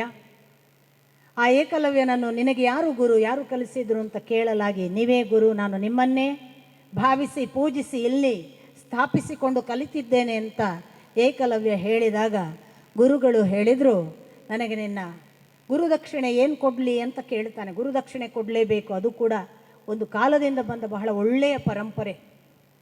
ಪ್ರತಿ ಗುರುವಿಗೆ ಹೋಗುವಾಗ ಗುರುದಕ್ಷಿಣೆ ಕೊಡದೆ ಹೋದರೆ ಅಷ್ಟೋ ವಿದ್ಯೆಯ ಫಲ ಇಲ್ಲ ಅಂತ ಆ ಕಾಲಕ್ಕೆ ಇದ್ದಂತಹ ಸಂಪ್ರದಾಯ. ಏನನ್ನಾದರೂ ಕೊಟ್ಟು ಹೋಗ್ತಿದ್ರು ಅವರು. ಏನು ಕೊಡಲಿಕ್ಕಿಲ್ಲದವನು ಹೀಗೆ. ಆ ಗುರುವಿಗೆ ಶಿಷ್ಯ ಕೇಳ್ತಾನೆ, ನಾನೇನು ಕೊಡಲಿ? ಗುರುಗಳು ಹೇಳಿದರು, ನನಗೆ ನಿನ್ನ ಹೆಬ್ಬೆರಳು ಕೊಡು. ಇಮಿಡಿಯೇಟ್ ಇಂಟರ್ಪ್ರಿಟೇಷನ್ಸ್ ಏನಾಯಿತು? ಅವರು ಹೆಬ್ಬೆರಳು ಕೇಳಿದ್ರಿಂದ ಅವನ ಬಿಲ್ವಿದ್ಯೆ ಕಡಿಮೆ ಆಯಿತು. ಅವನಿಗೆ ಆ ಮೊದಲಿನ ಚಾಕಚಕ್ಯತೆ, ಮೊದಲಿನ ಶಾರ್ಪ್ನೆಸ್, ಮೊದಲಿನ ಆ ಪ್ರಾವೀಣ್ಯ ಯಾವುದೂ ಉಳಿಲಿಲ್ಲ. ಅವನು ಅರ್ಜುನನಿಗಿಂತ ಕಡಿಮೆ ಆಗಬೇಕು ಅಂತಲೇ ಇವರು ಬೆರಳು ಕೇಳಿದ್ದು. ಅರ್ಜುನನಿಗಿಂತ ಕಡಿಮೆ ಆಗಬೇಕು ಅಂತ ಬೆರಳು ಕೇಳಿದ್ದಲ್ಲ. ಗುರುವಾಕ್ ಸುಳ್ಳಾಗಲಿಕ್ಕೆ ಸಾಧ್ಯವಿಲ್ಲ. ಗುರುವಾಕ್ ಏನಿತ್ತು? ಲೋಕದ ಅಪ್ರತಿಮ ಬಿಲ್ಗಾರನನ್ನಾಗಿ ನಾನು ನಿನ್ನನ್ನು ಮಾಡ್ತೇನೆ ಅಂತ ಗುರುವಾಕ್. ಹಾಗಾದರೆ ಇವನು ಆಗಿದ್ದಲ್ಲ, ಇವನು ನೀವು ಹೇಳದೆ ಆದನಲ್ಲ. ಗುರುವಿನ ಅನುಗ್ರಹ ಇಲ್ಲದೆ ನಾವೇ ಏನನ್ನೋ ಭಾವಿಸಿಕೊಂಡು ಹೋಗುವ ಹಾಗಿಲ್ಲ. ಇದು ಈ ಭಾರತೀಯ ಪರಂಪರೆ ಹೇಳುವ ಬಹಳ ಕಠೋರ ಸತ್ಯ. ಒಪ್ಪಿಕೊಳ್ಳುವವರಿಗಷ್ಟೇ ಒಪ್ಪಿಕೊಳ್ಳಿಕ್ಕೆ ಸಾಧ್ಯ. ನೀನೇ ನೀನಾಗಿ ಆ ಗುರುವನ್ನು ಮೀರಿಸುವ, ಅದಕ್ಕಿಂತ ದೊಡ್ಡವನಾಗ್ತೇನೆ ಅಂತ ಹೋಗಲಿಕ್ಕಿಲ್ಲ. ಅದನ್ನೇ ಇವತ್ತು ಇಲ್ಲಿ ಪ್ರಥಮದಲ್ಲಿ ಒಂದು ಮಂತ್ರ ಅಥವಾ ಭಜನೆಯಾಗಿ ಹಾಡಿದ್ರಲ್ಲ, ಗುರುವಿನ ಗುಲಾಮನಾಗದ ತನಕ ದೊರೆಯದಣ್ಣ ಮುಗುತಿ. ಗುರುವಾಕ್ ಸುಳ್ಳಾಗಲಿಕ್ಕಿಲ್ಲ, ಒಂದನೆಯದ್ದು. ಎರಡನೆಯದ್ದು, ಗುರು ತಾನಾಗಿ ಆಶೀರ್ವದಿಸಿಲ್ಲ. ಗುರು ತಾನಾಗಿ ಆಶೀರ್ವದಿಸದೆ ಯಾವ ಶಿಷ್ಯ ಕೂಡ ಟೇಕನ್ ಫಾರ್ ಗ್ರಾಂಟೆಡ್ ಮಾಡುವ ಹಾಗಿಲ್ಲ ಯಾರನ್ನು. ನಮ್ಮ ಅಪ್ಪ ಅಮ್ಮನನ್ನೇ ನಾವು ಟೇಕನ್ ಫಾರ್ ಗ್ರಾಂಟೆಡ್ ಮಾಡಿ, ನಮ್ಮ ಅಪ್ಪ ಹೋಟೆಲ್ ಉದ್ಯಮಿ ಅಂದ್ಕೊಳ್ಳಿ, ನಾಳೆ ಗಲ್ಲಾದ ಮೇಲೆ ಹೋಗಿ ಕುತ್ಕೊಳ್ಳಿ ನೀವು, ಅಪ್ಪ ಹೇಳದೆ. ಅಪ್ಪ ಕೇಳ್ತಾನ? ನಾನೇನು ಬದುಕಿದ್ದೀನಿ, ನಾನು ನಿನಗೆ ಇನ್ನೂ ಬಿಟ್ಟು ಕೊಟ್ಟಿಲ್ಲ, ನೀನು ಹೇಗೆ ಕುತ್ಕೊಂಡು ಅಂತ ಕೇಳ್ತಾನೆ ಅಪ್ಪ. ಅರೆ ನಾನು ಸಕ್ಸೆಸರ್, ನಿನ್ನ ಮಗ ಅಲ್ವಾ, ನಾನು ಹೇಳುವವರೆಗೆ ನೀನು ಸಕ್ಸೆಸರ್ ಅಲ್ಲ ಅಪ್ಪ ಹೇಳ್ತಾನೆ. ಯಾವುದೇ ಒಬ್ಬ ದೊಡ್ಡ ಸ್ಥಾನದಲ್ಲಿದ್ದವನ ಉತ್ತರಾಧಿಕಾರಿ ಅಂತ ನಾವು ಹೋಗಿ ಹೇಳುವ ಹಾಗಿಲ್ಲ. ಉತ್ತರಾಧಿಕಾರಿ ನೀನು ಅಂತ ಅವನು ಹೇಳಬಹುದು. ಗುರು ಹೇಳಿಲ್ಲ, ಇವನು ತಾನೇ ಆಗುವ ಪ್ರಯತ್ನ ಪಟ್ಟ. ಗುರುವಿನ ಅನುಗ್ರಹ ಇಲ್ಲದೆ ಇಲ್ಲಿ ಏನೂ ಆಗೋದಿಲ್ಲ ಅನ್ನುವುದಕ್ಕಾಗಿ ಏಕಲವ್ಯನ ಮಾದರಿ. ಹಾಗಾಗಿ ನಾವು ಶಿಷ್ಯರ ಹಂತದಲ್ಲಿರುವವರೆಲ್ಲ ಆ ಗುರು ಅನ್ನುವ ಮಹತ್ತರವಾದ ಶಕ್ತಿ ಇದೆಯಲ್ಲ, ಅದಕ್ಕೆ ನಮ್ಮನ್ನು ಸಮರ್ಪಿಸಿಕೊಳ್ಳುವುದಷ್ಟೇ ನಮ್ಮ ಕೆಲಸ. ಗುರು ನಿರ್ಣಯ ಮಾಡಬೇಕು, ಇವನು ದೊಡ್ಡವನಾಗಬೇಕು, ಇವನು ದೊಡ್ಡವನಾಗುವುದಿಲ್ಲ. ದುರದೃಷ್ಟವಶಾತ್ ಆ ಕಾಲಕ್ಕೆ ಅಂಥ ಗುರುಗಳು ಇದ್ದರು, ಅಂಥ ಶಿಷ್ಯರೂ ಇದ್ದರು. ಇವತ್ತು ಬಹಳ ದುಃಖದಿಂದ ಹೇಳಬೇಕಾದದ್ದು, ಗುರುಗಳಿಗೆ ಶಿಷ್ಯರು ಗೌರವ ಕೊಡೋದಿಲ್ಲ. ಶಿಷ್ಯರಿಗೆ ಗುರುಗಳು ಕೂಡ ಅಂಥದ್ದೊಂದು ಪ್ರೀತಿಯ ಪ್ರೇಮದ ಧಾರೆ ಎರೆದು ಜೀವ ಕೊಡುವ ಮಟ್ಟಿಗೆ ಶಿಕ್ಷಣವನ್ನು ಕೊಡಬೇಕು ಅಂತ ಭಾವಿಸೋದಿಲ್ಲ. ಅದಕ್ಕೆ ಎರಡು ಮ್ಯೂಚುವಲ್. ಗುರುವೂ ಹಾಳಾಗಿದ್ದಾನೆ, ಶಿಷ್ಯನೂ ಹಾಳಾಗಿದ್ದಾನೆ. ಶಿಕ್ಷಕರಲ್ಲೂ ದೋಷಗಳಾಗಿವೆ. ಗುರುವಿನ ಭಾವದಲ್ಲಿ ನಿಂತುಕೊಂಡು ನೋಡಬೇಕಾದ ಶಿಕ್ಷಕನಲ್ಲಿ ದೋಷವಿದ್ದಾಗ ಸಹಜವಾಗಿ ವಿದ್ಯಾರ್ಥಿಗಳಲ್ಲಿ ದೋಷವಾಗಿದೆ. ಎಲ್ಲಕ್ಕೂ ಮೂಲ ಕಾರಣವಾಗಿ ಅಪ್ಪ ಅಮ್ಮ ಪೂರ್ತಿ ನಿಜ ಜವಾಬ್ದಾರಿಯನ್ನು ಮರೆತಿದ್ದೇವೆ. ನಾವು ನಿಜವಾಗಿ ಅಪ್ಪ ಅಮ್ಮ ಹೇಗಿರಬೇಕೋ ಹಾಗಿಲ್ಲ. ಎಲ್ಲದರ ಒಟ್ಟು ಕಾಂಬಿನೇಷನ್. ಹಾಗಾದರೆ ನೀವೆಲ್ಲ ಹಾಳಾಗಿದ್ದೀರಿ, ನಮ್ಮ ಶಿಕ್ಷಕರು ಸರಿ ಇಲ್ಲ, ಶಾಲೆ ಸರಿ ಇಲ್ಲ, ಅಪ್ಪ ಅಮ್ಮ ಸರಿ ಇಲ್ಲ ಅಂತ ಹೇಳಕ್ಕ ನಾನು ಬಂದಿದ್ದು. ಅಥವಾ ಅದಾ ತೀರ್ಮಾನ? ನಾನು ನಿಮಗೆ ಹೇಳಬಹುದಾದಿಷ್ಟೇ, ಬದುಕಿನಲ್ಲಿ ಅನೇಕ ವ್ಯತ್ಯಾಸಗಳು ಕಾಲದಿಂದ ಕಾಲಕ್ಕೆ ಆಗ್ತವೆ. ಒಂದೇ ಥರ ಯಾವ ಕಾಲವೂ ಇಲ್ಲ. ಆ ಕಾಲಕ್ಕೆ ಕಾಲ ಕೆಟ್ಟಿತು ಅಂತ ಪುರಂದರದಾಸರು ಹಾಡಿದ್ದಾರೆ. ಈ ಕಾಲಕ್ಕೆ ನಾವು ಹೇಳ್ತೇವೆ ಕಾಲ ಕೆಟ್ಟಿತು ಅಂತ. ಕಾಲ ಎಲ್ಲ ಕಾಲಕ್ಕೂ ಒಂದೇ ಥರ. ನಮ್ಮ ಭಾವನೆಗೆ ಅನುಗುಣವಾಗಿ ಇಲ್ಲದಾಗ ನಾವು ಅದು ಕೆಟ್ಟಿತು ಅನ್ನೋದು. ನಿಮಗೆ ನಾನು ಖಂಡಿತ ನಿರಾಶಾವಾದಿ ಅಲ್ಲ, ಅಥವಾ ನಾನು ಎಲ್ಲ ದೋಷ ಇದೆ ಅಂತ ಹೇಳಲಿಕ್ಕೂ ಬಂದವಳಲ್ಲ. ಜಗತ್ತಿನ ಎಲ್ಲ ದೋಷಗಳು ನಾಳೆಯ ಒಳಿತಿಗಾಗಿ ಇವೆ ಅಂತ ನಂಬಿದವಳು ನಾನು. ಹಾಗಾಗಿ ನಿಮಗೆ ನಮ್ಮಕ್ಕಿಂತ ಹೆಚ್ಚು ಚಾಲೆಂಜಸ್ ಇದೆ. ನೀವಿನ್ನೂ ದೈಹಿಕವಾಗಿ ಅಷ್ಟೆಲ್ಲ ಕೆಟ್ಟಿಲ್ಲ. ಅನೇಕರು ಆಟ ಆಡದೆ, ಮೈ ಇಷ್ಟಿಷ್ಟು ದಪ್ಪ ಆಗಿ, ನಡಿಲಿಕ್ಕಾಗದೆ, ರೋಗದಿಂದ ಈಗಲೇ ಸಣ್ಣ ಸಣ್ಣ ವಯಸ್ಸಿನಲ್ಲಿ ತುಂಬ ಅನಾರೋಗ್ಯಕ್ಕೆ ಒಳಗಾದ ಹುಡುಗರಿದ್ದಾರೆ. ನಾಳಿನ ಯಾವುದೋ ಒಂದು ಒಳಿತಿಗಾಗಿ ನಿಮಗೆ ಎಲ್ಲರಿಗೂ ಒಂದು ಎಚ್ಚರಿಕೆಯ ಗಂಟೆಯ ಹಾಗೆ ಈ ಕಾಲಮಾನದಲ್ಲಿ ನಾವು ಮತ್ತೆ ಮತ್ತೆ ಯೋಚಿಸುವ ಹಾಗೆ ಬದಲಾವಣೆಗಳು ಮೈ ಮೇಲೆ ಬಂದು ದಾಳಿ ಮಾಡ್ತಿವೆ. ದಯವಿಟ್ಟು ಇಂಥ ದಾಳಿಗಳನ್ನು ಪಾಸಿಟಿವ್ ಮಾಡಬೇಕಾದ ಕೆಲಸ ನಮ್ಮಲ್ಲಿದೆ. ಹಾಗಾಗಿ ನನ್ನ ಪ್ರಾರ್ಥನೆ ಇಷ್ಟೇ. ಪ್ರಹ್ಲಾದ ನಿಮಗೆ ಗೊತ್ತು, ಪುಟ್ಟ ಹುಡುಗ, 5 ವರ್ಷದ ಬಾಲಕ. ಷಂಡ ಮತ್ತು ಅಮರ್ಕ ಅಂತ ಇಬ್ಬರು ಅವನಿಗೆ ಶಾಲಾ ಶಿಕ್ಷಕರು. ಇಬ್ಬರು ಕೂಡ ಶುಕ್ರಾಚಾರ್ಯರ ಮಕ್ಕಳು. ಆ ಷಂಡ ಅಮರ್ಕ ಹೇಳಿಕೊಟ್ಟ ಪಾಠಕ್ಕೆ ತದ್ವಿರುದ್ಧವಾದ ಪಾಠವನ್ನು ಪ್ರಹ್ಲಾದ ತನ್ನ ಎಲ್ಲ ಸಹಪಾಠಿಗಳಿಗೆ ಹೇಳಿದ. ಪರಿಣಾಮ ಏನಾಯಿತು? ಷಂಡ ಅಮರ್ಕರು ಹೇಳಿದ ಪಾಠ ಸುಳ್ಳಾಗಿ ಆ ಪ್ರಹ್ಲಾದ ಹೇಳಿದ ಪಾಠ ಇಡೀ ಶಾಲೆಯ ಅಷ್ಟು ಮಕ್ಕಳು ಕಲಿತರು. ಅಷ್ಟು ಮಕ್ಕಳು ಪ್ರಹ್ಲಾದ ಹೇಳುವ ಪಾಠವನ್ನು ಕಲ್ತದ್ರಿಂದ ಷಂಡ ಅಮರ್ಕರಿಗೆ ಗಾಬರಿ ಆಯಿತು, ನಾವು ಹೇಳ್ಕೊಡೋದ ಪಾಠ ನಿಮಗೆ ಎಲ್ಲಿಂದ ಬಂತು ಅಂತ. ಅರ್ಥ ಏನು? ಗುರುಗಳನ್ನು ಮೀರಿ ಭಗವಂತನ ಅನುಗ್ರಹ ಇದ್ದರೆ ಒಬ್ಬ ಪುಟ್ಟ ಬಾಲಕ ಇಡೀ ಶಾಲೆಯನ್ನು ಬದಲಾಯಿಸಬಹುದು. ನಿಮ್ಮ ಒಳಗೆ, ಎಲ್ಲರ ಒಳಗೆ ಒಂದೊಂದು ಅಂತಃಸತ್ವ ಇದೆ. ನಾಳೆಯನ್ನು ಬೆಳಗಬಹುದಾದ ಅತೀ ಪ್ರತಿಭಾನ್ವಿತವಾದ ಸಾಮರ್ಥ್ಯ ನಿಮ್ಮಲ್ಲಿದೆ. ಯಾವುದೋ ಒಂದು ವ್ಯವಸ್ಥೆಯ ಒಳಗೆ ನೀವು ಅದನ್ನು ಮುಚ್ಚಿಟ್ಟಿದ್ದೀರಿ. ನಿಮ್ಮ ಒಳಗೆ ನಾಳೆ ನಾನು ಎಂಜಿನಿಯರ್ ಆಗೋದಿಲ್ಲ, ನಾನು ಟೀಚರ್ ಆಗ್ತೀನಿ, ನಾನು ಯಾವತ್ತೂ ಕೂಡ ಡಾಕ್ಟರ್ ಆಗಲ್ಲ, ಏನೇನೋ ಕನಸುಗಳಿದೆ ಅಂತ ಇಟ್ಕೊಳ್ಳಿ. ನಿಮ್ಮ ಅಪ್ಪ ಅಮ್ಮ ಹೇಳ್ತಾರೆ ಟೀಚರೇ ಆಗಬೇಕು, ಲಾಯರೇ ಆಗಬೇಕು, ಡಾಕ್ಟ್ರೇ ಆಗಬೇಕು, ನೀನು ಎಂಜಿನಿಯರೇ ಆಗಬೇಕು. ದಯವಿಟ್ಟು ಅದನ್ನು ವಿರೋಧಿಸಿ. ದಯವಿಟ್ಟು ಯಾಕೆ ವಿರೋಧಿಸಿ ಅಂದರೆ, ನಿಮಗೆ ಅಂತತಃ ಆಸೆ ಇಲ್ಲದಿದ್ದರೆ ಖಂಡಿತ ಆಗಬೇಡಿ. ಅದು ನಮ್ಮ ಮೇಲೆ ನಾವೇ ಮಾಡಿಕೊಳ್ಳುವ ದೌರ್ಜನ್ಯ. ನಮ್ಮ ಒಳಗೊಂದು ಪ್ರತಿಭಾನ್ವಿತ, ಇವತ್ತು ನೋಡಿ ಯಾರೋ ಒಂದು ಮಗು ತುಂಬ ಚೆನ್ನಾಗಿ ಚಿತ್ರ ಬಿಡಿಸ್ತಾ ಇದೆ.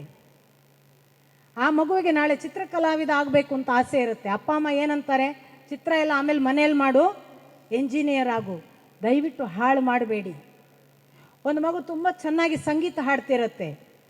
ಅದರ ಹಾಡುಗಾರಿಕೆ ಎಷ್ಟು ಚೆನ್ನಾಗಿರುತ್ತೆ ಅಂದರೆ ಅದಕ್ಕೆ 24 ತಾಸು ಸಂಗೀತಾಭ್ಯಾಸ ಮಾಡಿಸಿ. ಆ ಮಗುವಿಗೆ ಸಂಗೀತದಿಂದ ಏನು ಬರುತ್ತೆ?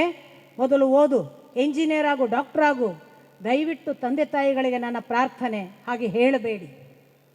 ಪ್ರತಿ ಮಗುವಿನ ಒಳಗೆ ಬೆಳೆಯುವ ಒಂದು ಬಹಳ ವಿಶೇಷವಾದ ಸಾಮರ್ಥ್ಯ ಇದೆ. ಅದು ನಾವು ತಿಳಿದದ್ದಾಗಲಿಕ್ಕೆ ಬಂದದ್ದಲ್ಲ. ಅದು ಬಹಳ ವಿಶೇಷವಾದ, ತನ್ನಷ್ಟಕ್ಕೆ ಅರಳುವ ಹೂವು. ಅದು ಅರಳಲಿಕ್ಕೆ ಬಿಡಿ. ಆ ಅರಳಿಸುವ ಕೆಲಸಕ್ಕೆ ಪೋಷಕಾಂಶ ಕೊಡುವವರೇ ಶಿಕ್ಷಕರು. ಅದನ್ನು ಅವರು ಕೂಡ ಸಾಧ್ಯವಾದಷ್ಟು ಮಾಡ್ತಾರೆ. ಆದರೆ ನನಗೆ ಗೊತ್ತು, ಇವತ್ತಿನ ಶಿಕ್ಷಕರಿಗೆಲ್ಲ ಟಾರ್ಗೆಟ್ ಇದೆ, ಇಷ್ಟು ರಿಸಲ್ಟ್ ತೆಗೆಸ್ಕೊಡ್ಬೇಕು. ಹಾಗಾಗಿ ರಾತ್ರಿ 6 ಆದರೂ ಪಾಠ ಹೇಳಿ, ಅವರು 100% ತಗೊಂಡು ಪಾಸ್ ಆಗಬೇಕು SLC. ನಿಮ್ಮ ಜವಾಬ್ದಾರಿ ಶಿಕ್ಷಕರಿಗೆ, ಮಗು ನೀನು ಸಂಗೀತ ಕಲಿಬೇಡ, ಬಾಬಾ ಪಾಠ ಓದು, ಮಗು ನೀನು ಚಿತ್ರ ಬಿಡಿಸ್ತಾ ಕೂತ್ಕೋಬೇಡ, ಮಾಡು ಓದು, ಹೋಮ್ವರ್ಕ್ ಮಾಡು ಅನ್ನುವ ಒತ್ತಡ ಕೂಡ ಇದೆ. ನಾವು ಎಲ್ಲ ಒಂದೇ ಥರದ ಇಟ್ಟಿಗೆಗಳನ್ನು ಸಿದ್ಧ ಮಾಡಲಿಕ್ಕೆ ಹೊರಟಿದ್ದೇವೆ. ಎಲ್ಲ ಒಂದೇ ಥರದ ಇಟ್ಟಿಗೆ ಆದರೆ ಎಷ್ಟು ದಿನ, ಎಷ್ಟು ಮನೆ ಕಟ್ಟಬಹುದು? ವೆರೈಟಿ ಬೇಕಲ್ಲ. ಇವತ್ತು ನಾವೀಗ ಹಸ್ರಣ್ಣ ಅವರು ಹೇಳ್ತಾ ಇದ್ರು ನನಗೆ, BCom ಸ್ಟೂಡೆಂಟ್ಸ್ ಕಮ್ಮಿ, BAಗೆ ಸ್ಟೂಡೆಂಟ್ಸೇ ಇಲ್ಲ. ಯಾಕೆ ಅಂದರೆ ವೆರೈಟಿ ಆಫ್ ಸ್ಟಡಿ ಹೋಯಿತು. ನಮ್ಮ ಕಾಲಕ್ಕೆ ಬಿ ಎ ಮಾಡೋದು ಅಂದರೆ ಬಹಳ ಖುಷಿಯ ವಿಷಯ. ಎಷ್ಟು ಸಾಧ್ಯತೆ ಬಿ ಎ ಮಾಡಿದವರಿಗೆ. ಅವ್ರು LLB ಮಾಡ್ಬೋದು, ಅವ್ರು MA ಮಾಡ್ಬೋದು, ಅವ್ರು ಫೈನ್ ಆರ್ಟ್ಸಿಗೆ ಹೋಗ್ಬೋದು, ಅವರು ಏನು ಬೇಡದ್ರೆ ಟೀಚರ್ ಆಗಬಹುದು. ಎಷ್ಟು ಪಾಸಿಬಿಲಿಟಿ ಇತ್ತು. ಹಾಗಾಗಿ ಬಿ ಎಗೆ ಹೋಗ್ತಿದ್ವಿ ನಾವು. ಈಗ ಬಿ ಎ ಬೇಡ, ಯಾಕೆ ಏನು ಮಾಡಿದ್ರು ಅದು ಸಣ್ಣ ಪುಟ್ಟ ಉದ್ಯೋಗ, ಇಂಜಿನಿಯರ್ ಆಗು. ದಯವಿಟ್ಟು ಒಂದು ಫ್ರೇಮ್ ಫಿಕ್ಸ್ ಮಾಡಿ ಆ ಫ್ರೇಮಿನೊಳಗೆ ನಾವು ನಮ್ಮ ಮಗುವನ್ನು ಕೂಡಿಸ್ತೇವೆ ಅಂತ ಹೊರಡ್ತೇವಲ್ಲ, ಬಹಳ ದೊಡ್ಡ ದುರಂತ. ಶಿಕ್ಷಕರ ವಿಷಯದಲ್ಲಿ ನಾನು ನಿಮಗೆ ಹೇಳಿದ 2 ಥರದ, ಒಂದು ನಮ್ಮಲ್ಲಿ ದಯೆ, ಪ್ರಾಮಾಣಿಕತೆ, ಧರ್ಮ, ಸತ್ಯ ಮತ್ತು ಭಕ್ತಿ, ದೇವರ ಕುರಿತ ನಿಷ್ಠೆ ಅನ್ನಿ, ಭಕ್ತಿ ಅನ್ನಿ. ಇದರ ಜೊತೆಗೆ ನಮ್ಮನ್ನು ಸ್ವೀಕರಿಸುವ ಪರಮ ಗುರುವಿನ ಅವಸ್ಥೆಯಲ್ಲಿರುವ ಶಿಕ್ಷಕ, 2 ಕೂಡಿ ಬಂದರೆ ಅದಕ್ಕಿಂತ ದೊಡ್ಡ ಬೆಳವಣಿಗೆ ಇನ್ನೊಂದಿಲ್ಲ. ನಾವು ಎಷ್ಟು ನಮ್ಮ ಪ್ರಯತ್ನ ಮಾಡಿಯೂ ನಾವು ಯಶಸ್ವಿ ಆಗದೇ ಇದ್ದರೆ ಗುರುವಿನ ಅನುಗ್ರಹ ಇಲ್ಲ ಅಂತ ಅರ್ಥ. ಹಾಗೆ ಶಿಕ್ಷಕರು ಆ ಮಟ್ಟಕ್ಕೆ ಅನುಗ್ರಹಿಸಬೇಕು. ನಮಗೆ ಅನುಗ್ರಹ ಆಗಲಿ ಅಂತಲೇ ನಂಬಿಕೊಂಡು ನಾವು ತಲೆಬಾಗಿ ನಡೆದು ಓದಿ ಬೆಳೆಯುವುದರ ಕಡೆಗೆ ಹಸಿಯುವ ಶರಣಾಗತತ್ವ ಬೇಕು. ಅಷ್ಟು ಶಿಷ್ಯರಲ್ಲಿರಬೇಕು. ಇಷ್ಟೆಲ್ಲ ಇದ್ದಾಗ ಆ ಬ್ಯೂಟಿಫುಲ್ ಕಾಂಬಿನೇಷನ್ ಹೇಗೆ ಬೆಳೀಬಹುದು ಅಂದರೆ, ಅದು ಸೂರ್ಯನ ಬೆಳಕು ಒಂದು ಪ್ರಮಾಣ, ಭೂಮಿಯ ಫಲಿತ ಅಂಶ ಕೂಡ ಸರಿಯಾದ ಸಮಪ್ರಮಾಣ, ಅದಕ್ಕೆ ಹಾಕುವ ಪೋಷಕಾಂಶ ಗೊಬ್ಬರ ಅದು ಕೂಡ ಒಂದೇ ಅಳತೆ, ಎಷ್ಟು ಬೇಕೋ ಅಷ್ಟೇ ನೀರು, ಎಲ್ಲ ಸಿಕ್ಕ ಗಿಡ ಹೇಗೆ ಚೆನ್ನಾದ ಹೂವನ್ನು ಬಿಡ್ತದೋ ಹಾಗೆ ಬಿಡಬಹುದು. ಯಾವುದೋ ಒಂದು ಅಸಮತೋಲ ಆದರೆ ಗಿಡಕ್ಕೆ ಹಾನಿ. ಹಾಗೊಂದು ಗಿಡ ಹಾನಿಯಾಗದ ಹಾಗೆ ಪ್ರತಿ ತಂದೆ ತಾಯಿ ನೋಡಿಕೊಳ್ಳಬೇಕು, ಪ್ರತಿ ಶಿಕ್ಷಕ ನೋಡಿಕೊಳ್ಳಬೇಕು. ಪ್ರತಿಯೊಬ್ಬ ಶಿಕ್ಷಕನ ಜೊತೆಗೆ ತಾಯಿ ತಂದೆಯ ಜೊತೆಗೆ ಇರುವ ಪುಟ್ಟ ಬಾಲಕ ತನ್ನನ್ನು ತಾನು ನೋಡ್ಕೋಬೇಕು.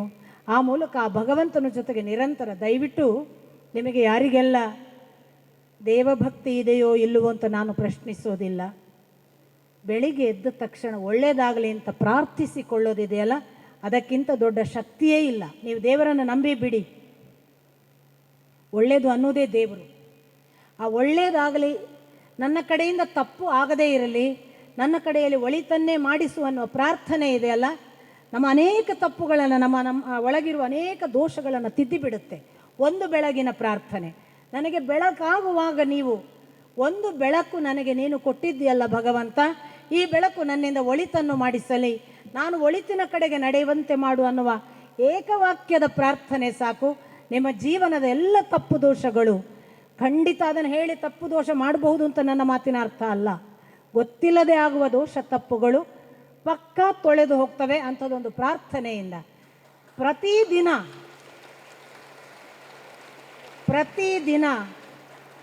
ಬೆಳಿಗ್ಗೆ ಕಣ್ಣು ಬಿಟ್ಟ ತಕ್ಷಣ, ಕಣ್ಣು ಬಿಡುವ ಹೊತ್ತಿಗೆ ಈ ಕಣ್ಣೇ ದೇವರಿಗೆ ಹಚ್ಚುವ ದೀಪ ಅಂತ ಭಾವಿಸಿಕೊಳ್ಳಿ.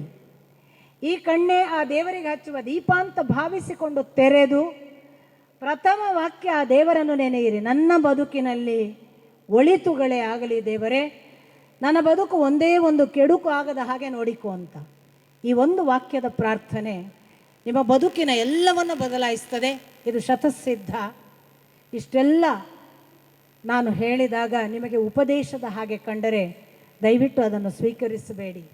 ನಿಮಗೆ ನಿಜಕ್ಕೂ ಇದು ಹೌದು, ನಾವು ಸುಳ್ಳು ಹೇಳ್ತಿದ್ದೀವಿ, ಸುಳ್ಳು ಹೇಳಬಾರ್ದು, ನಾವು ಅಪ್ರಾಮಾಣಿಕರಿದ್ದೇವೆ, ನಿಜವಾಗಿ ಪ್ರಾಮಾಣಿಕರಿಲ್ಲ ಅನಿಸಿದರೆ ಪ್ರಾಮಾಣಿಕರಾಗಬೇಕು.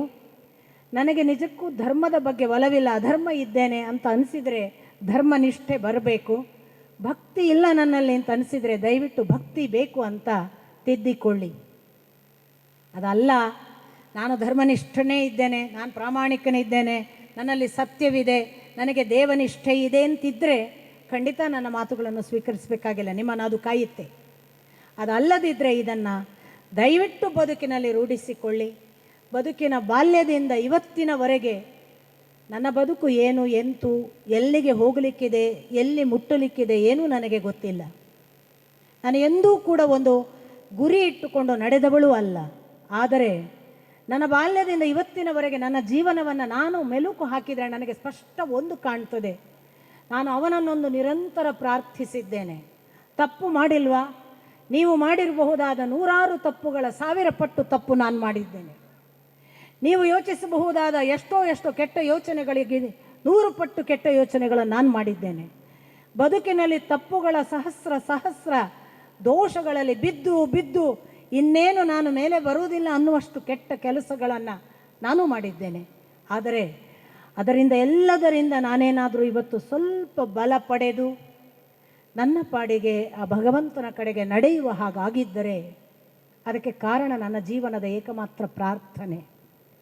ಬಾಲ್ಯದಲ್ಲಿ ಕಣ್ಣು ಬಿಟ್ಟಂದಿನಿಂದ ತೊಡಗಿ ಹಲ್ಲು ಉಜ್ಜಿದ ಕೂಡಲೇ ದೇವರಿಗೆ ನಮಸ್ಕಾರ ಮಾಡದೆ ನಾನು ಮಾತಾಡ್ತಿರಲಿಲ್ಲ. ನನಗೆ ಬುದ್ಧಿ ತಿಳಿದಾಗಿಂದ ಅದು ನನ್ನನ್ನು ಕಾದದ್ದು ಅಂತ ನಾನು ಇವತ್ತಿಗೂ ಅಂದ್ಕೊಂಡಿದ್ದೇನೆ.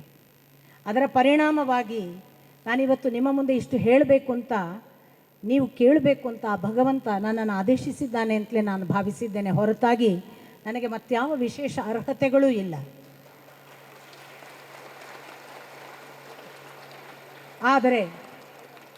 ಆದರೆ ನಿಮಗೆ ನಿಮ್ಮ ಬದುಕಿನಲ್ಲಿ ಈಗ ಇರುವುದು ಸುಖವಾಗಿದ್ದರೆ ಹೀಗೆ ಇರಿ, ಇದಕ್ಕಿಂತ ಬೆಟರ್ ಆಗಬೇಕು. ನಾನು ಏನೋ ದೊಡ್ಡ ಒಂದು ಇದುವರೆಗೆ ತಿಳಿಯಲಾರದ ಯಾವುದನ್ನು ತಿಳಿಯಬೇಕು, ಈಗ ಇರುವ ಅವಸ್ಥೆಗಿಂತ ಬಹಳ ದೊಡ್ಡ ಅವಸ್ಥೆಯನ್ನು ನಾನು ತಲುಪಬೇಕು. ಹಣ, ಉದ್ಯಮ, ಸ್ಥಾನಮಾನ ಏನು ಯೋಚನೆ ಮಾಡಬೇಡಿ, ದಯವಿಟ್ಟು ಅದನ್ನು ಯೋಚನೆ ಮಾಡಬೇಡಿ. ಅದು ನಿಲ್ಲಿಸ್ತದೆ ನಿಮ್ಮನ್ನು. ಹಣ, ದೊಡ್ಡ ಹುದ್ದೆ, ಸ್ಥಾನಮಾನದ ಯೋಚನೆಯಲ್ಲೇ ನೀವು ಹೋದರೆ ಅದು ನಿಮ್ಮನ್ನು ನಿಲ್ಲಿಸ್ತದೆ. ನೀವು ದೊಡ್ಡದು ಅಂದಾಗ ಭಗವಂತನನ್ನು ನೆನಪು ಮಾಡಿ, ಆ ಭಗವಂತನ ಸ್ಥಾನಮಾನವನ್ನು ಕಲ್ಪಿಸಿ, ಆ ಭಗವಂತನ ಪಾದದಲ್ಲಿರಬೇಕು ಅಂತ ದೊಡ್ಡದನ್ನು ಯೋಚಿಸಿ, ಅದಕ್ಕಿಂತ ದೊಡ್ಡದಾಗಲಿಕ್ಕೆ ಬಂದರೆ ಆ ಭಗವಂತನಿಗೆ ಅರ್ಪಿಸಿಕೊಂಡು ಕೇಳಿ, ಅವ ಕರ್ಕೊಂಡು ಹೋಗಿಯೇ ಹೋಗ್ತಾನೆ. ಅದರಲ್ಲಿ ಯಾವ ಸಂಶಯವೂ ಇಲ್ಲ. ಅದಕ್ಕೆ ಕೃಷ್ಣ ಪದೇ ಪದೇ ಹೇಳ್ತಾನೆ, ಇದರಲ್ಲಿ ಸಂಶಯವಿಲ್ಲ, ನನ್ನನ್ನು ನಂಬು, ನನ್ನನ್ನು ನಂಬಿದಾಗ ನಾನು ನಿನ್ನನ್ನು ಕರ್ಕೊಂಡು ಹೋಗ್ತೇನೆ, ನಿನ್ನನ್ನು ಎಲ್ಲಿ ಮುಟ್ಟಿಸಬೇಕು ಅದು ನಾನು ಮಾಡ್ತೇನೆ. ಆದರೆ ಏನು ಮಾಡು, ನನ್ನನ್ನು ನಂಬು, ನನಗೆ ಶರಣಾಗು, ನನ್ನ ಭಕ್ತನಾಗು, ನನಗೆ ನಮಸ್ಕರಿಸು ಅಂದ ಭಗವಂತ. ನಿರಂತರವಾದ ಅಂಥದೊಂದು ಶರಣಾಗತಿ. ಏನಾಗಬೇಕು ಅಂತ ಯಾವುದೇ ಪಿಕ್ಚರ್ ಇಟ್ಕೋಬೇಡಿ, ನೋಡಿ ನೀವು ಎಷ್ಟು ದೊಡ್ಡವರಾಗಬಹುದು ಅಂತ. ಅಂಥದ್ದೊಂದು ಕನಸನ್ನು ಹೃದಯದಲ್ಲಿ ಅಡಗಿಸಿಕೊಂಡು ಆ ಕನಸಿಗೆ ಕಾರಣಕರ್ತನಾದ ಆ ಭಗವಂತನನ್ನು ನೆನೆದುಕೊಂಡು ಅವನಿಗೇ ಸಕಲವನ್ನು ಅರ್ಪಿಸಿ ಅವನನ್ನೇ ಕೇಳಿ, ಇನ್ಯಾರನ್ನು ಕೇಳಬೇಡಿ. ನನಗೆ ನಿನ್ನಂತೆ ಆಗಬೇಕು, ನನಗೆ ನಿನ್ನನ್ನೇ ಸೇರಬೇಕು, ನನಗೆ ನಿನ್ನ ಹತ್ತಿರ ಇರಬೇಕು, ನನ್ನನ್ನು ನಿನ್ನಂತೆ ಮಾಡು ಅಂತ ಕೇಳಿ, ಅದಕ್ಕಿಂತ ದೊಡ್ಡ ಪೊಸಿಷನ್, ಅದಕ್ಕಿಂತ ದೊಡ್ಡ ಶ್ರೀಮಂತಿಕೆ, ಅದಕ್ಕಿಂತ ದೊಡ್ಡ ಸ್ಥಾನಮಾನ ಈ ಜಗತ್ತಿನಲ್ಲಿ ಬೇರೆ ಯಾವುದೂ ಇಲ್ಲ. ಅದು ನಿಮಗೆ ಸಾಧ್ಯ ಆಗಬೇಕಾದ್ರೆ ಪ್ರಾಥಮಿಕ ಅವಶ್ಯಕತೆ ಗುರುಗಳ ಪಾದಕ್ಕೆ ಶಿರಬಾಗಿ ನಮಿಸಿ, ಗುರುಗಳ ಹತ್ರ ನಿತ್ಯ ಪ್ರಾರ್ಥನೆ ಮಾಡಿ, ನಮಗೆ ದೊಡ್ಡದು ಅನುಗ್ರಹ ಆಗುವ ಹಾಗೆ ನೀವು ನಮಗೆ ಆಶೀರ್ವಾದ ಮಾಡಿ ಅಂತ. ಎರಡು ಸೇರಿದ ದಿನ ನಿಮ್ಮನ್ನು ಮೀಟ್ ಮಾಡೋಕ್ಕಾಗಲ್ಲ, ನಿಮ್ಮನ್ನು ಮುಟ್ಟಕ್ಕೆ ಸಾಧ್ಯ ಇಲ್ಲ. ಅಂಥದ್ದೊಂದು ಎತ್ತರವನ್ನು, ಅಂಥದ್ದೊಂದು ಶಕ್ತಿಯನ್ನು, ಅಂಥದ್ದೊಂದು ಬಲವನ್ನು, ಅಂಥದ್ದೊಂದು ಮಹಾ ಆನಂದದ ಸ್ಥಿತಿಯನ್ನು ಜಗತ್ತಿನಲ್ಲಿ ನೀವು ಎಲ್ಲರೂ ಅನುಭವಿಸ್ತೀರಿ. ಅದಕ್ಕೆ ಜಾತಿ ಭೇದವಿಲ್ಲ, ಅದಕ್ಕೆ ಲಿಂಗ ಭೇದವಿಲ್ಲ, ಅದಕ್ಕೆ ಶ್ರೀಮಂತ ಬಡವ ಭೇದವಿಲ್ಲ. ಅದು ಎಲ್ಲರಿಗೂ ಸಾಧ್ಯ. ಅದು ನಿಮಗೆ ಆಗಲಿ ಅಂತ ಆ ಗುರುವಿನ ದಿನದ ಒಂದು ನೆನಪಾಗಿ, ಗುರುವನ್ನು ನೆಪವಾಗಿಟ್ಟುಕೊಂಡು, ಗುರುವೇ ಇಂಥ ಎಲ್ಲ ಮಾತುಗಳನ್ನು ಆಡಿಸಿದ್ದಾನೆ ಅನ್ನುವ ಭರವಸೆಯ ಜೊತೆಗೆ ಆ ಗುರುವಿಗೆ ಎಲ್ಲ ಮಾತುಗಳನ್ನು ಅರ್ಪಿಸಿ, ಗುರುವು ನಮ್ಮನ್ನು ಕಾಯ್ತಾನೆ ಅನ್ನುವ ಏಕಮಾತ್ರ ರಕ್ಷಣೆಯ ಭಾವ, ಗುರುವು ನಮ್ಮನ್ನು ಮುಟ್ಟಿಸಬೇಕಾದಲ್ಲಿ ಮುಟ್ಟಿಸಿಯೇ ಮುಟ್ಟಿಸ್ತಾನೆ ಅನ್ನುವ ಶರಣಾಗತತ್ವ, ನಾವು ನಡೆಯುವಲ್ಲಿ ನಮಗೆ ದೀನ ಪ್ರಾಮಾಣಿಕತೆ, ಧೈರ್ಯ, ಸತ್ಯ, ಧರ್ಮನಿಷ್ಠೆ, ಭಕ್ತಿ ಇವು ನಮ್ಮನ್ನು ಕಾಯ್ತವೆ ಅನ್ನುವ ನಿಮ್ಮ ಆತ್ಮನಿಷ್ಠೆ, ಇವಿಷ್ಟು ಸಕಲವೂ ಜೊತೆಗೂಡಿ ಆ ಭಗವಂತನ ದಾರಿ ನಡೆಯುವುದಕ್ಕೆ ಸಹಾಯ ಮಾಡಲಿ ಅಂತ ಪ್ರಾರ್ಥಿಸ್ತಾ, ಇಷ್ಟು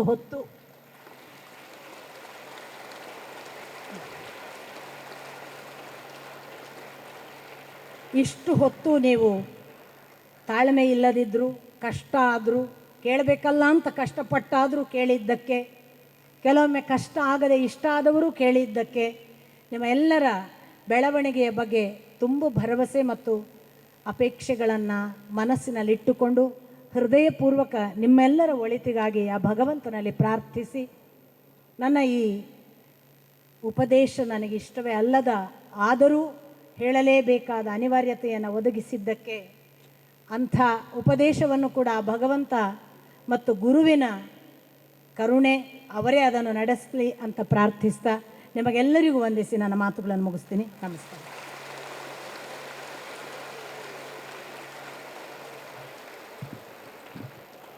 ನಾವೆಲ್ಲರೂ ಗೂಗಳ್ಳ, ಅಂಬಾನಿ, ಬಿಲ್ ಗೇಟ್ಸ್ ಇವರನ್ನು ಮಾರ್ಗದರ್ಶಕರಾಗಿ ಕಾಣದೆ ಸುಧಾಮ, ಅರ್ಜುನ ಹಾಗೂ ನಮ್ಮ ಗುರುವೃಂದದವರನ್ನು ರೋಲ್ ಮಾಡೆಲ್ಗಳಾಗಿ ಸ್ವೀಕರಿಸಬೇಕೆಂದು ಗುರು ಸಾಕ್ಷಾತ್ಕಾರದ ಮಹತ್ವವನ್ನು ತಿಳಿಸಿದ ಆದರಣೀಯ ವೀಣಾ ಬನ್ನಂಜೆ ಅವರಿಗೆ ವಂದನೆಗಳು. ಇದೀಗ ಶಿಕ್ಷಕರ ದಿನಾಚರಣೆಯ ಪ್ರಯುಕ್ತ ನಡೆದ ಸಮೂಹ ಗಾಯನ ಸ್ಪರ್ಧೆಯ ವಿಜೇತ ತಂಡ ಕನ್ನಡ ಮಾಧ್ಯಮ ಪ್ರೌಢಶಾಲಾ ವಿಭಾಗದ ಶಿಕ್ಷಕರಿಂದ ಗಾಯನ.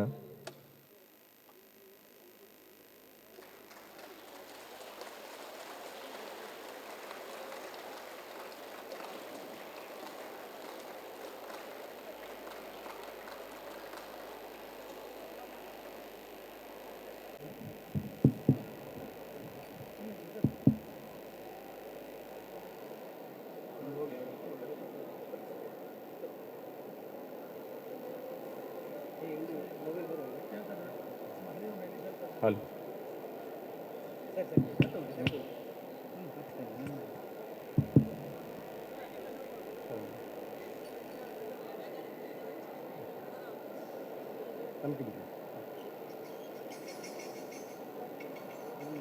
ಬಂದೆವು ನಾವು ನಿಮ್ಮ ಚರಣಕ, ಬಂದೆವು ನಾವು ನಿಮ್ಮ ಚರಣಕ, ನೀಡ ನಮ್ಗ ಸುಖ. ಬಂದೆವು ನಾವು ನಿಮ್ಮ ಚರಣಕ, ನೀಡ ನಮ್ಗ ಸುಖ.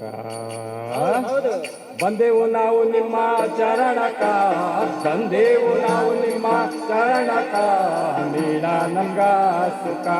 ಓ ಗಣಪ ನೀಡ ನಮ್ಗ ಸುಖ. ಬಂದೆವು ನಾವು ನಿಮ್ಮ ಚರಣಕ, ಬಂದೆವು ನಾವು ನಿಮ್ಮ ಚರಣಕ, ನೀಡ ನಮ್ಗ ಸುಖ. ಓ ಗಣಪ ನೀಡ ನಮ್ಗ ಸುಖ. ಗಿಯಗಿ ಅಗಾಗಿ ಅಗಿಯ, ಗಿಯಗಿ ಅಗಾಗಿ ಅಗಿಯ, ಗಿಯಗಿ ಅಗಾಗಿ ಅಗಿಯ, ಗಿಯಗಿ ಅಗಾಗಿ ಅಗಿಯ. ಮುಕಣ ಶರಣರ ಮಗನೇ ಗೀಗಿ, ಮುಕಣ ದೇವರ ಮಗನೇ ಗೀಗಿ, ಮುಕಣ ಶರಣರ ಬಂಟನ ಗೀಗಿ, ಮುಕಣ ದೇವರ ಮಗನೇ ಗೀಗಿ. ಜನವನ ನೆನೆದರೆ ಗಣಮನವಾಯಿತು, ಜನವನ ನೆನೆದರೆ ಗಣಮನವಾಯಿತು, ನೀಡ ನಮ್ಗ ಸುಖ. ಓ ಗಣಪ ನೀಡ ನಮ್ಗ ಸುಖ. ಗಿಯಗಿ ಅಗಾಗಿ ಅಗಿಯ, ಗಿಯಗಿ ಅಗಾಗಿ ಅಗಿಯ, ಗಿಯಗಿ ಅಗಾಗಿ ಅಗಿಯ, ಗಿಯಗಿ ಅಗಾಗಿ ಅಗಿಯ. ನಿಮ್ಮನ್ನು ನೋಡಿ ಬಂದೆವು ಗೀಗಿ, ನಿಮ್ಮನ್ನು ನೋಡಿ ಹಾಡಿಯೆವು ಗೀಗಿ, ನಿಮ್ಮನ್ನು ನೋಡಿ ಬಂದೆವು ಗೀಗಿ, ನಿಮ್ಮನ್ನು ನೋಡಿ ಹಾಡಿಯೆವು ಗೀಗಿ. ಬಂದ ಕಷ್ಟವೆಲ್ಲ ದೂರ ಹೋಗಲಪ್ಪ ಮಾಯವಾಗಿ, ಬಂದ ಕಷ್ಟವೆಲ್ಲ ದೂರ ಹೋಗಲಪ್ಪ ಮಾಯವಾಗಿ, ನೀಡ ನಮ್ಗ ಸುಖ. ಓ ಗಣಪ ನೀಡ ನಮ್ಗ ಸುಖ. ಗಿಯಗಿ ಅಗಾಗಿ ಅಗಿಯ, ಗಿಯಗಿ ಅಗಾಗಿ ಅಗಿಯ, ಗಿಯಗಿ ಅಗಾಗಿ ಅಗಿಯ, ಗಿಯಗಿ ಅಗಾಗಿ ಅಗಿಯ. ಬಂದೆವು ನಾವು ನಿಮ್ಮ ಚರಣಕ, ಬಂದೆವು ನಾವು ನಿಮ್ಮ ಚರಣಕ, ನೀಡ ನಮ್ಗ ಸುಖ. ಓ ಗಣಪ ನೀಡ ನಮ್ಗ ಸುಖ. ಬಂದೆವು ನಾವು ನಿಮ್ಮ ಚರಣಕ, ಬಂದೆವು ನಾವು ನಿಮ್ಮ ಚರಣಕ, ನೀಡ ನಮ್ಗ ಸುಖ. ಓ ಗಣಪ ನೀಡ ನಮ್ಗ ಸುಖ. ಗಿಯಗಿ ಅಗಾಗಿ ಅಗಿಯ, ಗಿಯಗಿ ಅಗಾಗಿ ಅಗಿಯ, ಗಿಯಗಿ ಅಗಾಗಿ ಅಗಿಯ, ಗಿಯಗಿ ಅಗಾಗಿ ಅಗಿಯ, ಗಿಯಗಿ ಅಗಾಗಿ ಅಗಿಯ, ಗಿಯಗಿ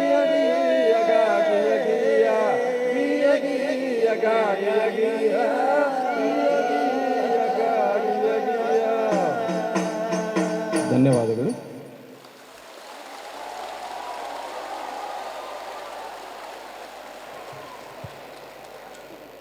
ಇದೀಗ ಬಹುಮಾನ ವಿತರಣೆ. ಬಹುಮಾನಿತರಿಗೆ ವೀಣಾ ಬನ್ನಂಜೆ ಅವರ ಸಾಹಿತ್ಯ ಕೃತಿಗಳು ಹಾಗೂ ಅವರ ಸಂಪಾದಕತ್ವದ ಕೃತಿಗಳನ್ನೇ ಬಹುಮಾನವಾಗಿ ನೀಡುತ್ತಿದ್ದೇವೆ. ವೇದಿಕೆಯಲ್ಲಿರುವ ಗಣ್ಯರು ನೆರವೇರಿಸಬೇಕಾಗಿ ಕೇಳಿಕೊಳ್ಳುತ್ತಿದ್ದೇನೆ. ಮೊದಲಿಗೆ ಸಮೂಹ ಗಾಯನದಲ್ಲಿ ಪ್ರಥಮ ಬಹುಮಾನ ಕನ್ನಡ ಮಾಧ್ಯಮ ಪ್ರೌಢಶಾಲೆ.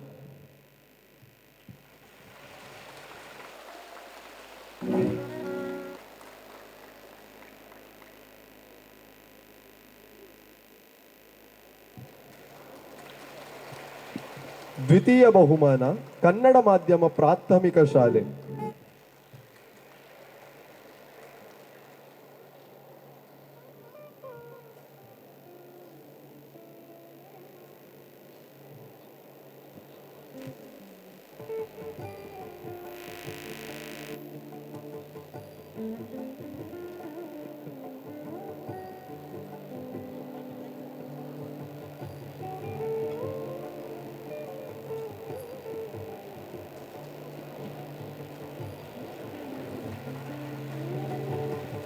ತೃತೀಯ ಬಹುಮಾನ ಇಂಗ್ಲಿಷ್ ಮಾಧ್ಯಮ ಪ್ರಾಥಮಿಕ ಶಾಲೆ.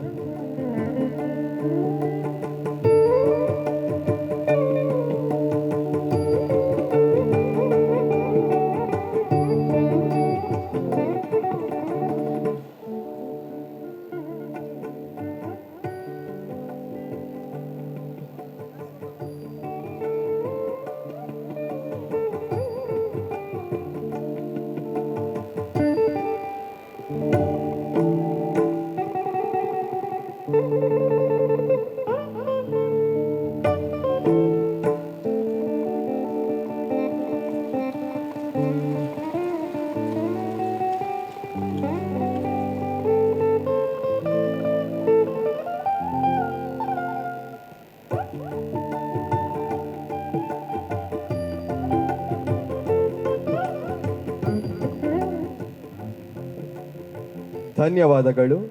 ಮುಂದಕ್ಕೆ ಕಾರ್ಯಕ್ರಮಕ್ಕೆ ಆಶೀರ್ವಚನ ನೀಡಬೇಕೆಂದು ವೇದಮೂರ್ತಿ ಕಮಲಾದೇವಿ ಪ್ರಸಾದ್ ಆಸರಣ್ಣರಲ್ಲಿ ಕೇಳಿಕೊಳ್ಳುತ್ತಿದ್ದೇನೆ.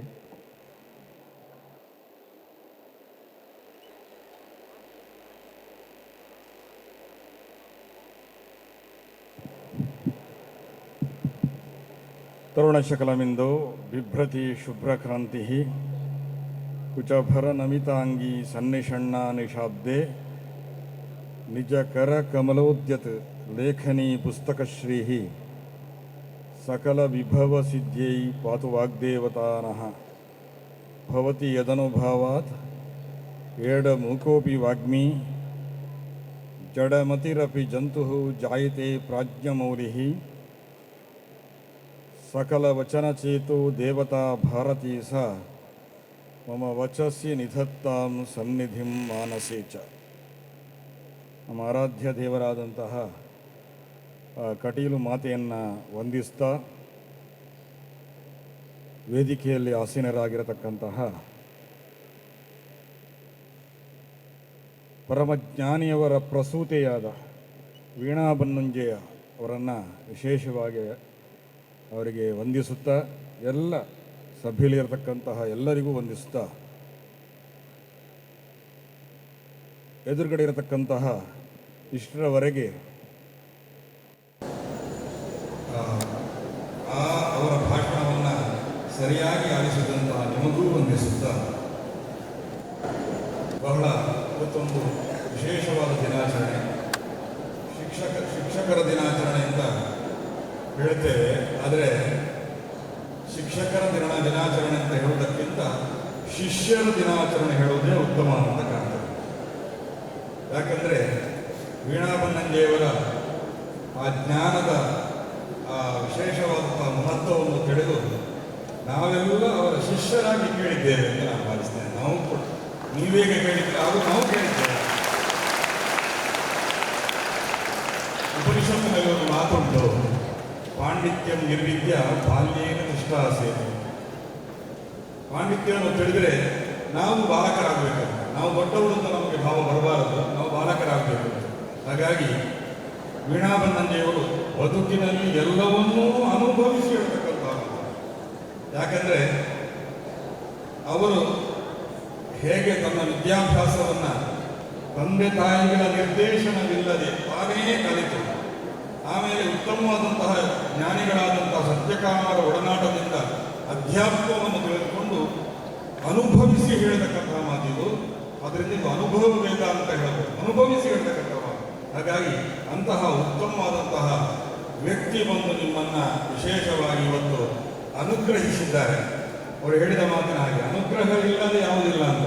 ಇವತ್ತು ನಿಮಗೆ ಅವರ ಅನುಗ್ರಹ ಆದದ್ರಿಂದ ಮುಂದೆ ದೊಡ್ಡ ಸಾಧನೆ ನಿಮ್ಮಿಂದ ಆಗುತ್ತದೆ ಅಂತ ಹೇಳಿಕ್ಕೆ ನಾವು ಇಷ್ಟಪಡ್ತೇವೆ. ಒಂದು ಮಾತು ಹೇಳಿ, ನಾನು ಹೆಚ್ಚು ಮಾತಾಡೋದಿಲ್ಲ. ಒಂದು ಮಾತು, ಯಾಕಂದರೆ ದೀಪ ಉಳಿದ ಉತ್ತಮವಾಗಿ ಉಳಿತಾ ಇರುವಾಗ ಸಣ್ಣ ದೀಪ ತಾನು ಮೆರಗಲಿಕ್ಕೆ ಹೋಗಬಾರದು ಅಂತ. ಯಾಕಂದರೆ ಅದು ಅದೇ ದೀಪ ಸೂರ್ಯನ ಬೆಳಕು ಮಾತ್ರ ಕಾಣುವಂಥದ್ದು. ಒಂದು ಮಾತು ಭೂಗಳ್ಳತನ ಅಂತವರು ಹೇಳಿದರು, ಬಹಳ ಉತ್ತಮವಾದಂತಹ ಮಾತು. ಇವತ್ತು ನಾವು ನಿಜವಾದ ಇಂಟೆಲಿಜೆನ್ಸನ್ನು ನಾವು ಅನುಭವಿಸದೆ ಆರ್ಟಿಫಿಷಿಯಲ್ ಇಂಟೆಲಿಜೆನ್ಸನ್ನೇ ದೊಡ್ಡ ಇಂಟೆಲಿಜೆನ್ಸ್ ಅಂತ ನಾವು ಅನ್ಸುತ್ತೆ. ಆರ್ಟಿಫಿಷಿಯಲ್ ಇಂಟೆಲಿಜೆನ್ಸ್ ಎಂಬುದು ನಮ್ಮ ಬೇರೆ ಸಾಧನಕ್ಕೆ ಉಪಕರಣ ಹೊರತು ಅದೇ ಸಾಧಕ ಅಲ್ಲ, ಅದೇ ದೊಡ್ಡದಾದಂಥ ಜ್ಞಾನಿ ಅಲ್ಲ. ಒಂದು ಉದಾಹರಣೆ ಕೊಡ್ತೇನೆ. ನಮ್ಮ ಅತ್ಯಂತ ಆತ್ಮೀಯರು, ಯಾರ ಹೆಸರು ನಾನು ಹೇಳೋದಿಲ್ಲ, ಅವರು ದೊಡ್ಡವರು, ಅವರಿಗೆ 3 ಮಕ್ಕಳಾಯಿತು, ತ್ರಿವಳಿ, ಅವಳಿ ಎಲ್ಲ ತ್ರಿವಳಿ ಆಯಿತು. ಆಗ ಅವ್ರ ಹಿಂದಿನವರಾದರೆ ಹೆಸರಿಡಬೇಕಾದ್ರೆ ಪುರಾಣವನ್ನು ಶಾಸ್ತ್ರವನ್ನು ನೋಡ್ತಾ ಇದ್ರು. ಆದರೆ ಅವರು ಗೂಗಲ್ನ ನೋಡಿದ್ರು, ಗೂಗಲ್ನ ನೋಡಿದ್ರು. ಅದರಲ್ಲಿ ಅದು ಗೂಗಲ್ಗೆ ಏನೂ ಗೊತ್ತಿಲ್ಲದ ಗೂಗು ಹೆಚ್ಚಲ್ಲಿ ಬರುವ ಹಾಗೆ ಹೆಸರಿಡು ಅಂತ ಹೇಳಿದ್ದಾರೆ. ಆಗ ನೋಡಿ, ಹಿಂದಿನದ್ದನ್ನು ಮರೆತು ನಾವು ಹೇಳಿದ್ರೆ ಏನಾಗ್ತದೆ ಅಂದರೆ, ಅವರು ಹೇಳಿದ್ದು ಹೆಚ್ಚಲ್ಲಿ ಬರಲು 3 ಮಕ್ಕಳಿಗೆ, ಒಂದನಿಗೆ ಹಯಾಂಶ ಅಂತ ಇಟ್ಟರು, ಒಬ್ಬನಿಗೆ ಹೀಯಾಂಶ ಅಂತ ಇಟ್ಟರು, ಮತ್ತೊಬ್ಬನಿಗೆ ಹೇಯಾಂಶ ಅಂತ ಇಟ್ಟರು. ಎಷ್ಟು ಬೇಸರ ಆಯಿತು ಅಂದರೆ, ಹೆಸರಿನ ಅರ್ಥವೇ ಗೊತ್ತಿಲ್ಲದೆ ಗೂಗಳ್ಳತನದಿಂದ ಇಟ್ಟಿರ್ತಾರೆ. ಹೇಯ ಅಂದರೆ ಕೆಟ್ಟದು ಅಂತ, ಕೆಟ್ಟದಾದ ಅಂಶವನ್ನು ಹೊಂದಿದವ ಅಂತ ಅರ್ಥ. ಇದು ಮಿತವಾದ ಶಾಸ್ತ್ರ ಓದಿದರೆ ಅರ್ಥ ಆಗ್ತದೆ, ಬೇರೆ ಯಾರಿಗೂ ಅರ್ಥವಾಗದು. ಗೂಗಳ್ಳತನದಿಂದ ನೋಡಿದ್ರಿಂದ ತನ್ನ ಮಗನಿಗೆ ಹೇಯಾಂಶ ಅಂತ ಹೆಸರಿಟ್ಟರೆ ಅದಕ್ಕಿಂತ ದೊಡ್ಡ ದುರಂತ ಉಂಟು. ಹಾಗಾಗಿ ಯಾವ ಗೂಗಲನ್ನು ಆಶ್ರಯಿಸಬೇಡಿ, ಎಷ್ಟು ಸಿಗ್ತದೋ ಅಷ್ಟು ಮಾತ್ರ. ಯಾರಿ ಸುಚರಿತಾನಿ ತಾನೇ ಸೇವಿದವ್ಯ ನೋ ಉತ್ತರಾಯಣ. ಅದರಿಂದ ಅದನ್ನು ಬಿಟ್ಟು ತಮ್ಮ ವೀಣಾಬನ್ನಂಜರು ಹೇಳಿದಾಗ ಸತ್ಯ ಮತ್ತು ಪ್ರಾಮಾಣಿಕತೆಗೆ ಬೆಲೆ ಕೊಟ್ಟು ಗುರುವಿನ ಆದರ್ಶವನ್ನು, ಏನು ಒಳ್ಳೆಯ ಆದರ್ಶ ಅಂತ ಅದನ್ನು ಸ್ವೀಕರಿಸ್ತಾ, ನಮ್ಮ ಕಟೀಲು ದೇವರು ಕೊಟ್ಟಂತಹ ಈ ವಿದ್ಯಾ ದೇಗುಲವನ್ನು ವಿಶೇಷವಾಗಿ ಆಧರಿಸ್ತಾ ದೊಡ್ಡ ವ್ಯಕ್ತಿಗಳಾಗಿ ಇಂತಹ ಉತ್ತಮೋತ್ತಮ ವ್ಯಕ್ತಿಗಳು ನಿಮಗೆ ಬಂದು ಬೋಧಿಸುವಂಥ ಅವಕಾಶ ಇದಕ್ಕೆ ಈ ಸ್ಥಳಕ್ಕೆ ದೊರಕಲಿ ಅಂತ ಪ್ರಾರ್ಥಿಸ್ತಾ ನಮ್ಮ ಮಾತನ್ನು ಮುಗಿಸ್ತಾರೆ.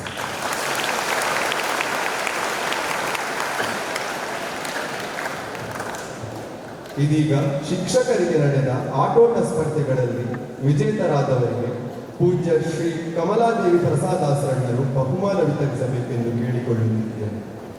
ಮೊದಲಿಗೆ ಸಂಗೀತ ಕುರಿತು ಪ್ರಥಮ ಬಹುಮಾನ ಶ್ರೀಮತಿ ದಿವ್ಯಾ, ಆಂಗ್ಲ ಮಾಧ್ಯಮ ಪ್ರಾಥಮಿಕ ಶಾಲೆ.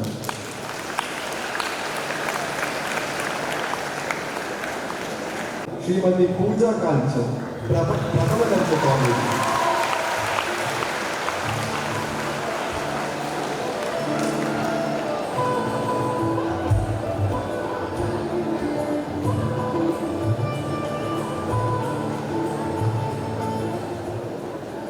ಬಾಂಬ್ ವಿತ್ ದ ಸಿಟಿ ಸ್ಪರ್ಧೆಯಲ್ಲಿ ಪ್ರಥಮ ಬಹುಮಾನ ಶ್ರೀಮತಿ ಶಿಫಾಲಿ, ಪ್ರಥಮ ದರ್ಜೆ ಕಾಲೇಜು.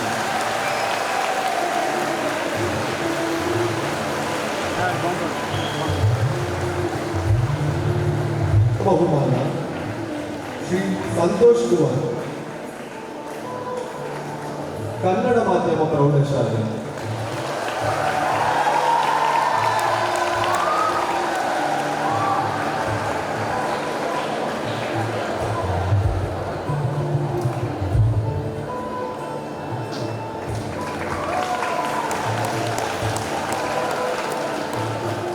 ಧನ್ಯವಾದಗಳು. ಗುರು ಗುರುವೆಂದರೆ ಅದ್ಭುತ ಶಕ್ತಿ, ಗುರುವೆಂದರೆ ಜ್ಞಾನದ ಬೆಳಕು, ಗುರುವೆಂದರೆ ಅರಿವಿನ ಆಗರ. ಅಜ್ಞಾನದ ಅಂಧಕಾರವ ತೊಲಗಿಸಿ ಸುಜ್ಞಾನದ ದೀಪವ ಬೆಳಗಿಸಿದ ಸಮಸ್ತ ಗುರುವೃಂದವನ್ನು ಗೌರವಿಸಿ ಅಭಿನಂದಿಸುವ ಸಾರ್ಥಕ ಕ್ಷಣ ಇದೀಗ ನಮ್ಮ ಮುಂದೆ.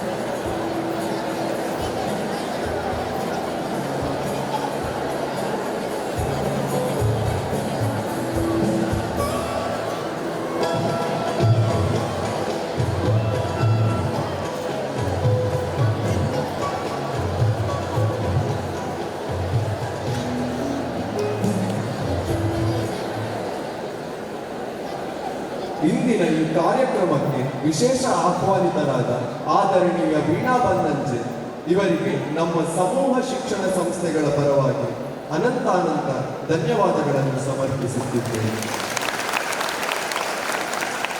ಹಾಗೂ ವೇದಿಕೆಯಲ್ಲಿರುವ ಎಲ್ಲ ಗಣ್ಯಾತಿ ಗಣ್ಯರಿಗೆ ವಂದನೆಗಳು. ಪ್ರತ್ಯಕ್ಷ ಪರೋಕ್ಷವಾಗಿ ಸಹಕರಿಸಿದ ಎಲ್ಲ ವಿದ್ಯಾಭಿಮಾನಿಗಳಿಗೂ ಧನ್ಯವಾದಗಳು.